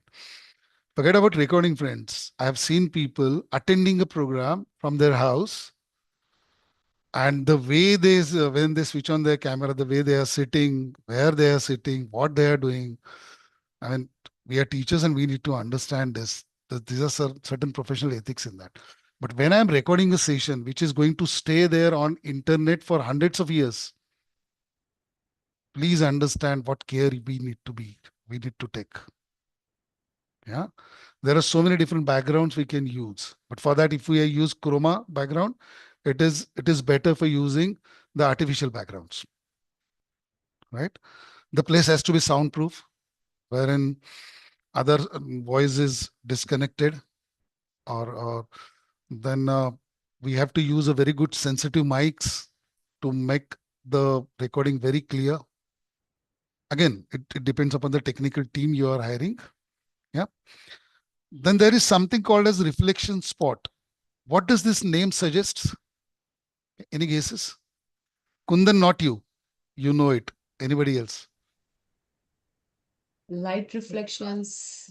No. The reflections. I think it is the reflection spot is the response which we expect from. Okay. I'll be speaking about it, but see, at times it can happen. You're watching a educational video and it is getting too monotonous. And you know it, nobody knows it better than you, how difficult it is to keep your students focused, even in a live session. Questions, whatever you taught earlier to the students. Expect your students to be focused for 9 minutes in a recorded video is difficult. तो 3 minute 4 minute के बाद हो सकता है कि उनका ध्यान कहीं और चला जा रहा है, उनको बोर होने लगा है. To make that learning interesting, to bring them back to your video, you have to design a question. You have to design something. You ask a question to them. You can use different apps. वहां पे वो question डाल दिया, उसका जवाब उन्होंने देना है, फिर आगे का वीडियो चालू होगा. But these reflection spots are to be designed while writing the script. मेरे स्क्रिप्ट में डाल के रखना है मैंने, यहाँ पे मेरा रिफ्लेक्शन स्पॉट आएगा. And it can be any random question. It is better if it is related to the topic. Yeah. So you can bring them back to learning. Clear? Yeah. This is what I was speaking about, reflection spot.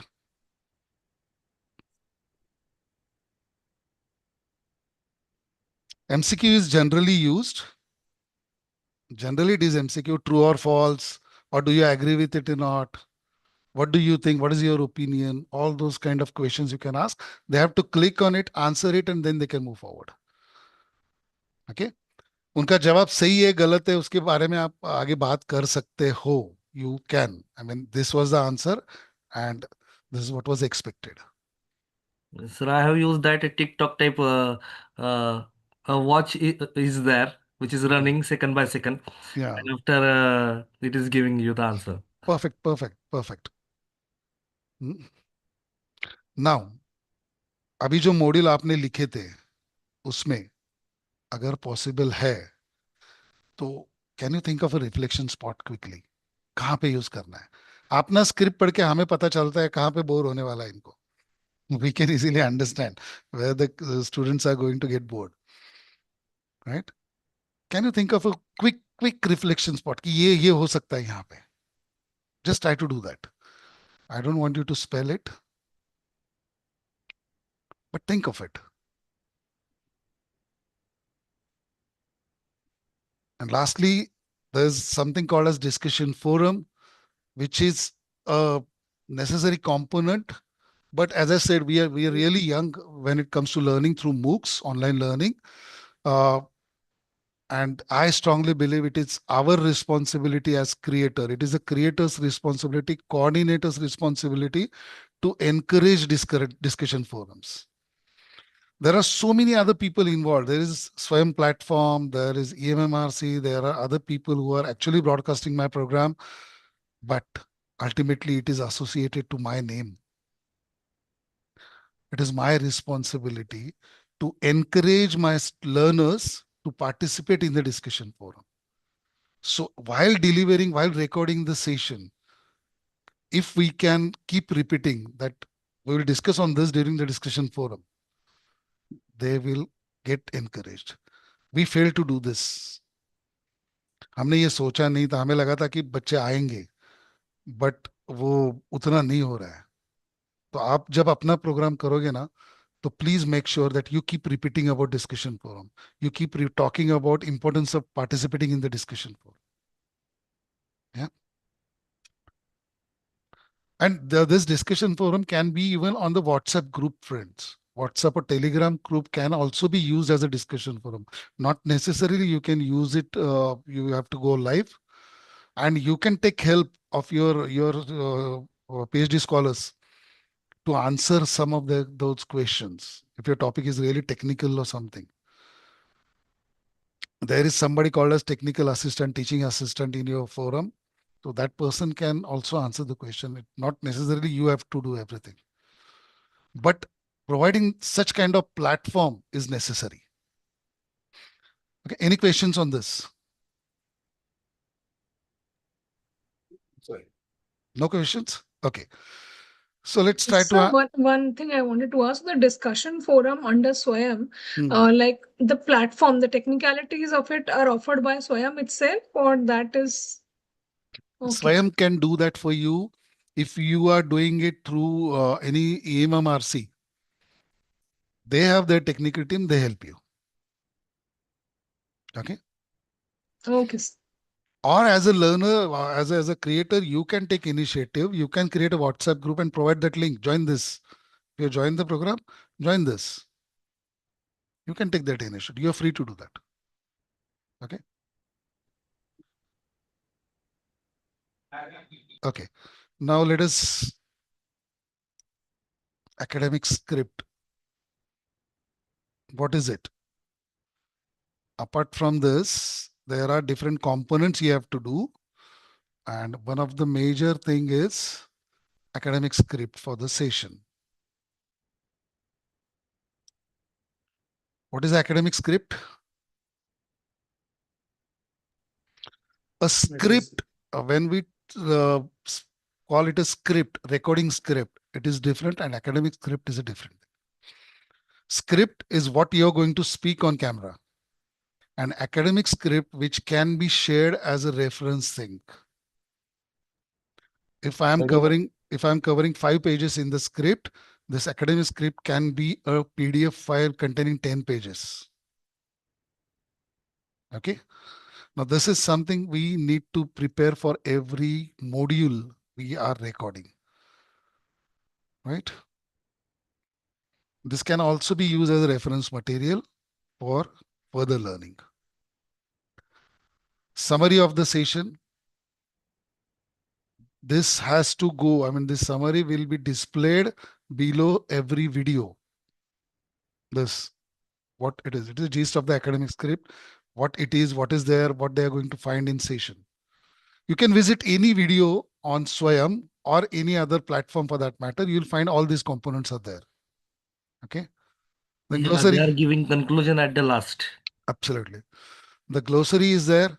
Glossary, of course, if we are using technical words, friend, let us agree on one thing.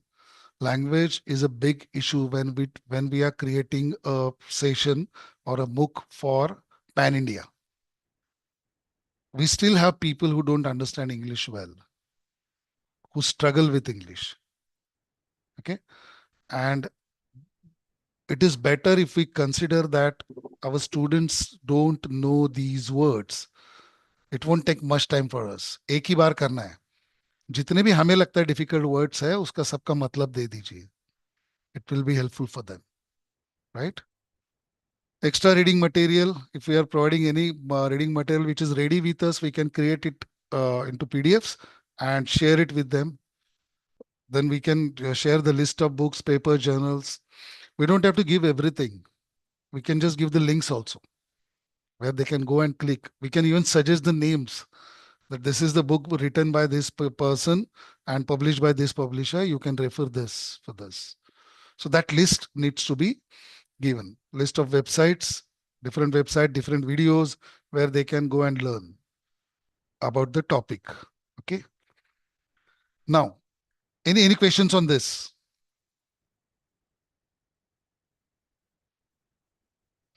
In the next slide, I will be talking specifically about writing the recording script. No? Okay. These are certain things you are already doing for your sessions. See, here you will be doing for your recordings. Okay. Now, while writing the script for recording, the first thing is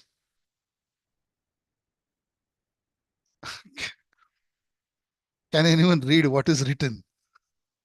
It's write your own script. That means not any ChatGPT. Absolutely. You might have seen the movie Three Idiots. And what happens if you're copying somebody else's script? While recording, please make sure that you are writing your own script. You can refer to n number of material, but write your own script. That will help you to choose the words you are comfortable with. There's no need to use heavy words. That will make your recording difficult. So write your own script using simple language, using the words and the language you are comfortable with. Right? And it makes it clear in your mind. You can rehearse on that I'm finishing it in 30 minutes, 20 minutes, whatever the time is given to us. Yeah. It has to be tailor-made. No random thing. Based on the learners, depending on the learners, you have to decide your language, examples, tones. I've seen this happening, friends. People refer to videos which are available on international platforms. और वहां से example उठा के उसी को यहाँ पे ले आते हैं. Our learners are different. Our examples should also be indigenous. देसी होने चाहिए एग्जाम्पल्स जो समझ में आए, जिसके साथ रिलेट किया जा सके, टू मेक इट इजी. सिर्फ नाम बदल के नहीं चलेगा. नाम, cultural background, there are lot of things involved in the examples. To make it more relatable, it has to be indigenous. थोड़ा सा मेहनत करना पड़ता है उसमें. ठीक है. You should know which are the important words where your emphasis should be given, where you are going to stress upon. Yeah? जब मैं पढ़ा रहा हूँ क्लास में भी, जब आप पढ़ाते हो, कुछ वर्ड्स होते हैं जिसपे आप दबा के बोलते हो. You emphasize, you highlight, you focus while speaking. Right? Same thing can be done while recording. And that will help you to not make your videos monotonous. Clear? That will help you to use modulations while speaking. That is very important while recording the videos. Because we are not used to it, it happens. We start reading. When the script is there on the teleprompter, we start reading it. You might have seen news readers reading the news. Yes. Do you think that everything is by heart to them? No, they are using teleprompters. Even on the set of Kaun Banega Crorepati, if Amitabh Bachchan is sitting there, he is not saying everything on his own. The script is written on the screen. But the way he speaks it, जो भी लिखा है उसको जब बोलते हैं, he is using all his experience in making it more interesting. Right?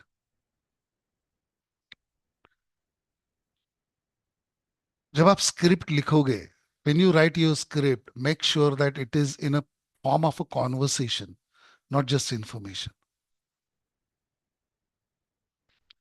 you have to feel that I'm starting a dialogue with my learners.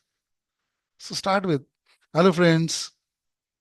I hope in the last session we have seen this. You remember those kind of words will help to make it interactive. Try to be humorous. Use humor while talking. Small things, but it can be. They can feel interactive. The learners should feel interactive. आप अपना video record कीजिए, किसी को दिखाइए. Somebody who is close to you and somebody who can give you real opinion. I mean, not to someone who can just very good to you. Somebody who can criticize you. Show it to them. They'll give you the real opinion. Then you can improve, of course. That is the objective. Reflection spots, we have already spoken about it. Engaging the participants. Use stories, examples, questions, quizzes, humors. You can involve multiple apps to have quizzes during recordings. Right? Yeah, while using the teleprompter, as I said, don't read. Don't read. It is just in front of the camera. So while recording it, it won't look that you are reading. But use your body, use your tones to make it feel that you are not reading it. And generally, for a video of 30 minutes duration, the size of your script should be around 14 pages of A4 size using a Times New Roman font of 14 size. Now, this I have learned from experience. There is no rule for this, but from my experience, I've learned this. Itana time lagta hai. 300, sorry, some 3000 words should be there for 30 minutes, thereabout. Again, it depends on the way, the speed of your talking. Sometimes it happens ki if I'm talking in the classroom, my speed is less. The moment I sit in front of camera, because of the pressure, it goes up. और जो मैंने 30 minute के लिए plan किया वो 20-22 minute में खत्म हो जाता है. That can also happen. Okay. Any questions on this? Hope you're finding it useful. Yeah, sir. The script can be bilingual or it has to be in one language only for Swayam, like. For our students, it can be bilingual. Okay. Like I said, for Mahadnyandeep, we have already started creating courses in Marathi. Just to make sure, because there is a survey done, और जिसमें ये पता चला language is a major reason people are not going for some courses. जो पूरा नहीं कर पा रहे. It is a major reason. Sir, how we can approach for that Mahanandip? That you have to approach through your universities. Which university you are with? SRTMU Nanded. So through your university, there will be a coordinator in your university. Through that coordinator, you can send your proposals.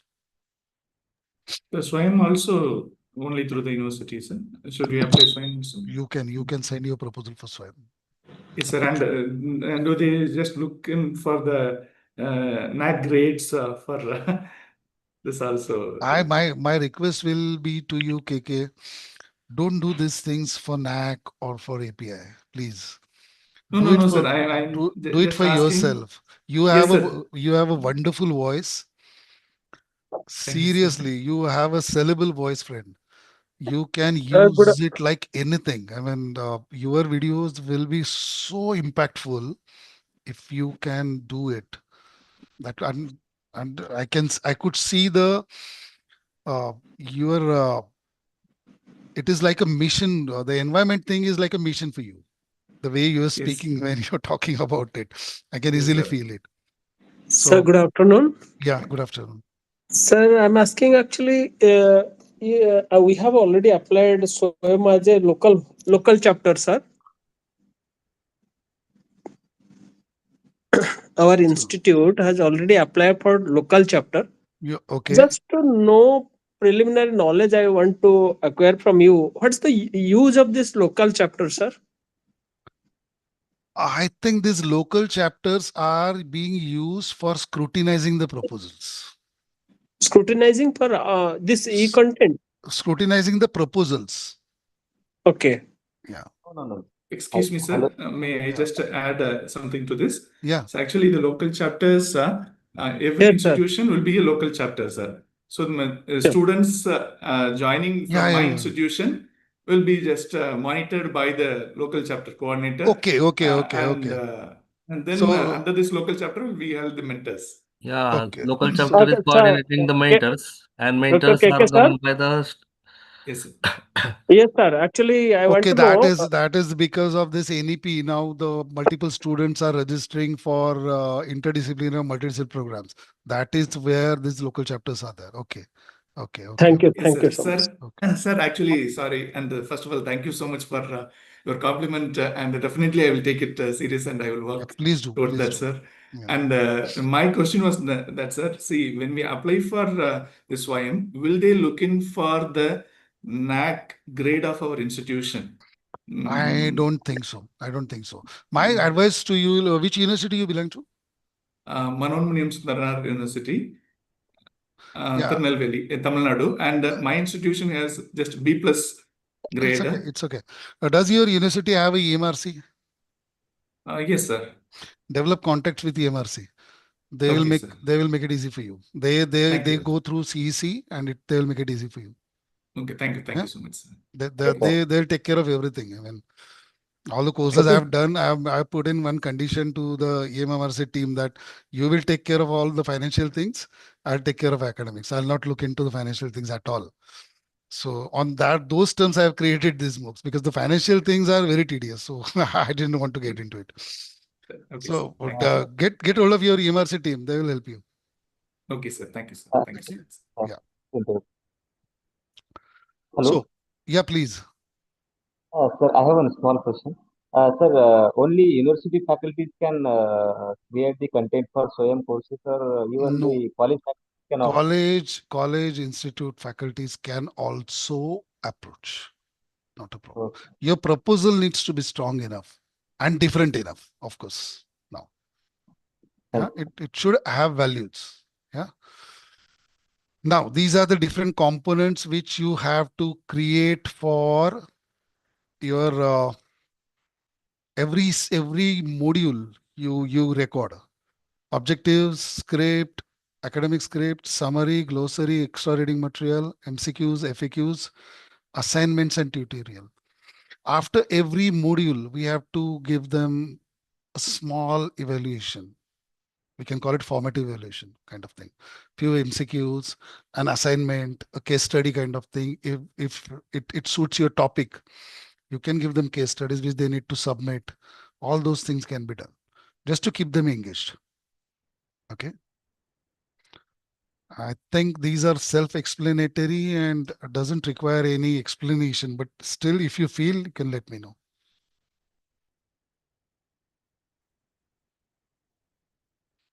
Because I have to yet speak about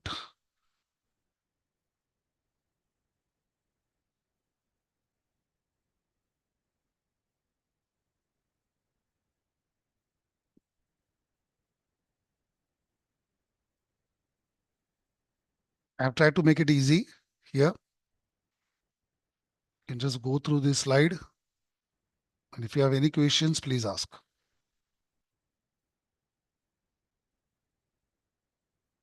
Even when you're designing the MCQs, make it interesting. Don't use the standard formats for MCQs. Make it interesting. Once you start doing it, now you'll enjoy the process. It is very satisfying because So for instance, you can give any example how we can make the MCQs interesting.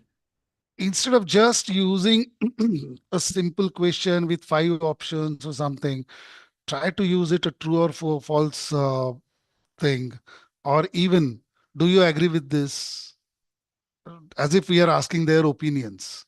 What do you think about it? What is your opinion about it?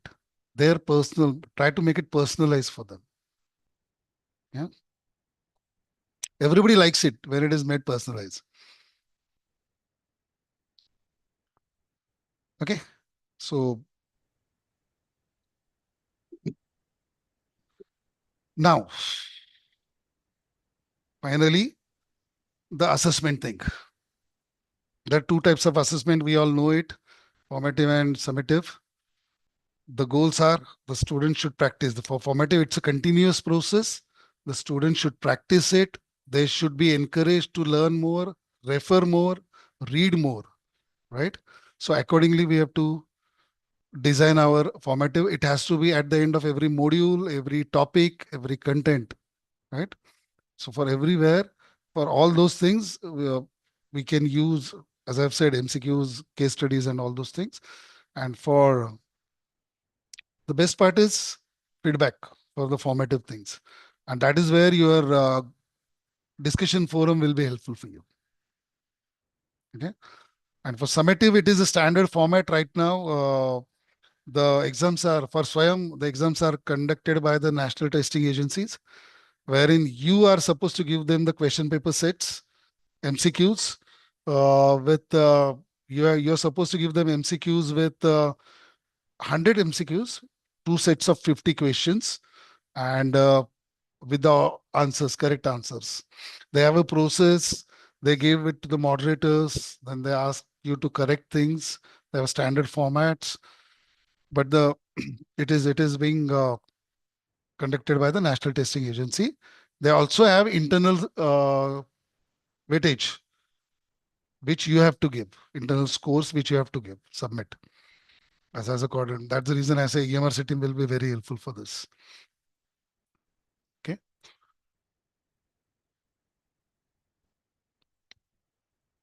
These are some common types.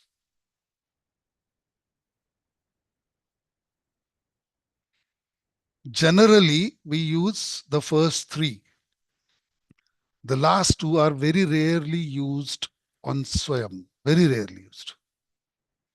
But we should encourage using it. We should encourage using it because it is something which is not being done frequently. Any questions on this?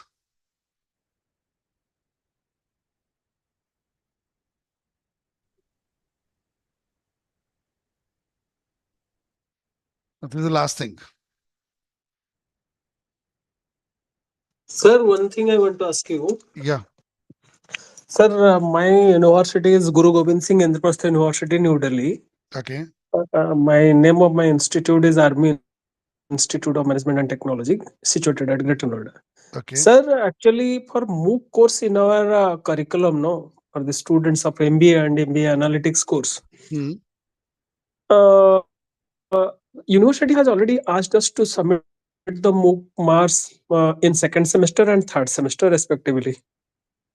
But most of the time, all the students are not completing the particular MOOC course during the semester, and university has given a time period of within this duration of the course you have to complete the MOOC. So how this thing will be aligned with UGC? Swayam? It's not only with you. It is happening with all the universities. That we all are struggling to cope up with the changes due to NEP, right? Now, so Swayam has its own pattern of evaluating the students, the learners, right? And their time limits is also, I mean, they do it. They are launching the courses twice a year and they are conducting the exam twice a year. So those who are completing can get the certificates, but those who are not, and students are still not aware, teachers are still not aware of all these things. So as faculties, you will have to visit Swayam website, understand their process, their timings, when they are going to conduct the examinations, when they are conducting the this thing. Yeah, they will be issuing the certificates, all those things. You need to understand first, then you'll be able to guide the students. Okay, sir. Okay. So it is a time-consuming process altogether. I mean, it's a one-time process. So you can no, the alignment between the institute and the university. It is definitely. Now, see, there are different universities who are coming up with their own MOOCs. Yes, sir.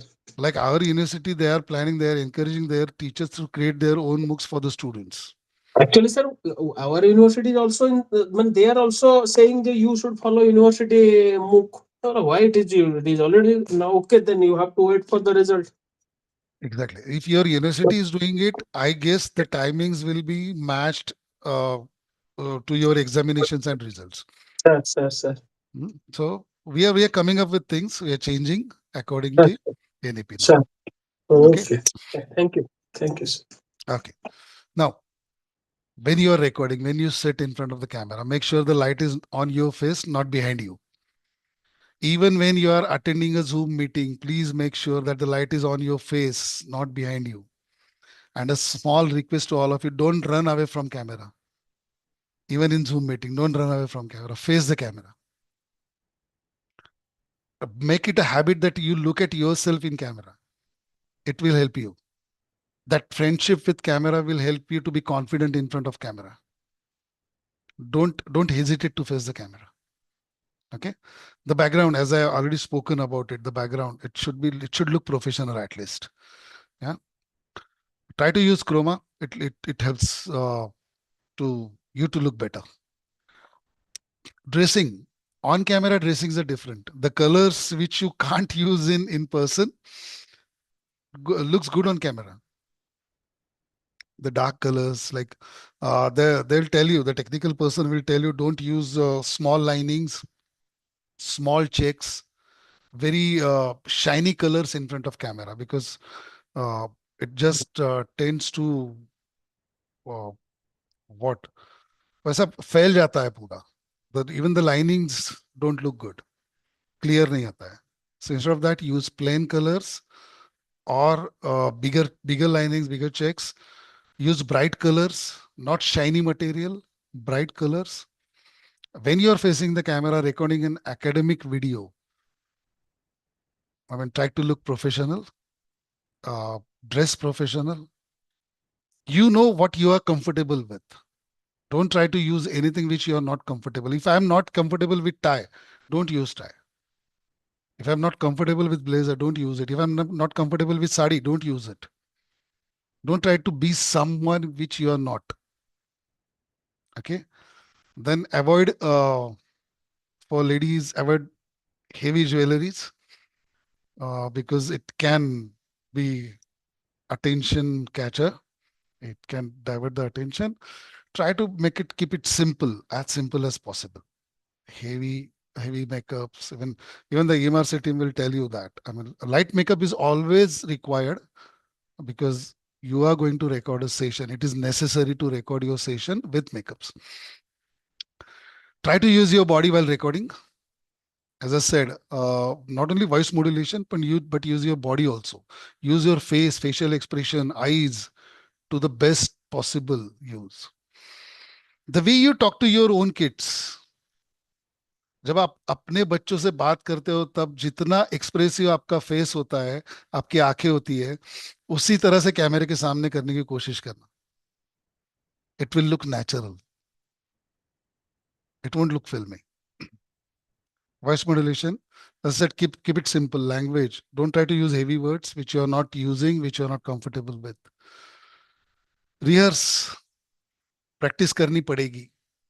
Even after recording 5 videos, 6 videos, make sure that you are rehearsing your script at least twice before going for the recording. Then try to engage your audience with questions and answers. I've already spoken about it. Any questions on this?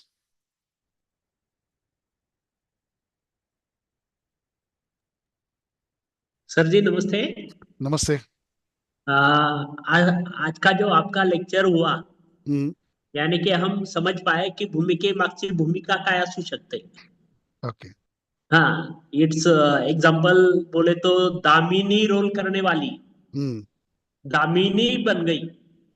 सही में तो वो lady थी और उतनी डेरिंगबाज नहीं थी, मगर दामिनी का रोल जो है तो उसका सोशल मीडिया में यानी कि सोसाइटी में जो कि रोल है, उससे प्रतीक्षा लोनकर इज दामिनी. ये प्रेजेंटेशन बहुत ही लायक किया लोगों ने. मुझे ऐसा लगा कि आपका प्रेजेंटेशन भी इसी समय का और इस क्वेश्चन के बारे में बहुत ही ट्रूथफुल और एजुकेशन सिस्टम में ई लर्निंग के बारे में ये जो सिस्टम तुमने हमें बताया है, इसके लिए मैं आपका थैंक्स यहाँ पे करता हूँ और सैल्यूट भी है आपको sir.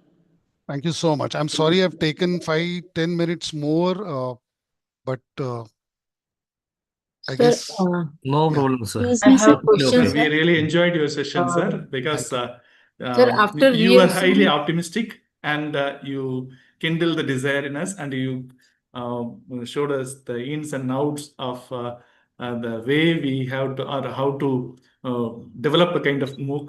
So thank you so much, sir. Thank you so much. I hope at least 5 people from your group go ahead and create their own MOOCs.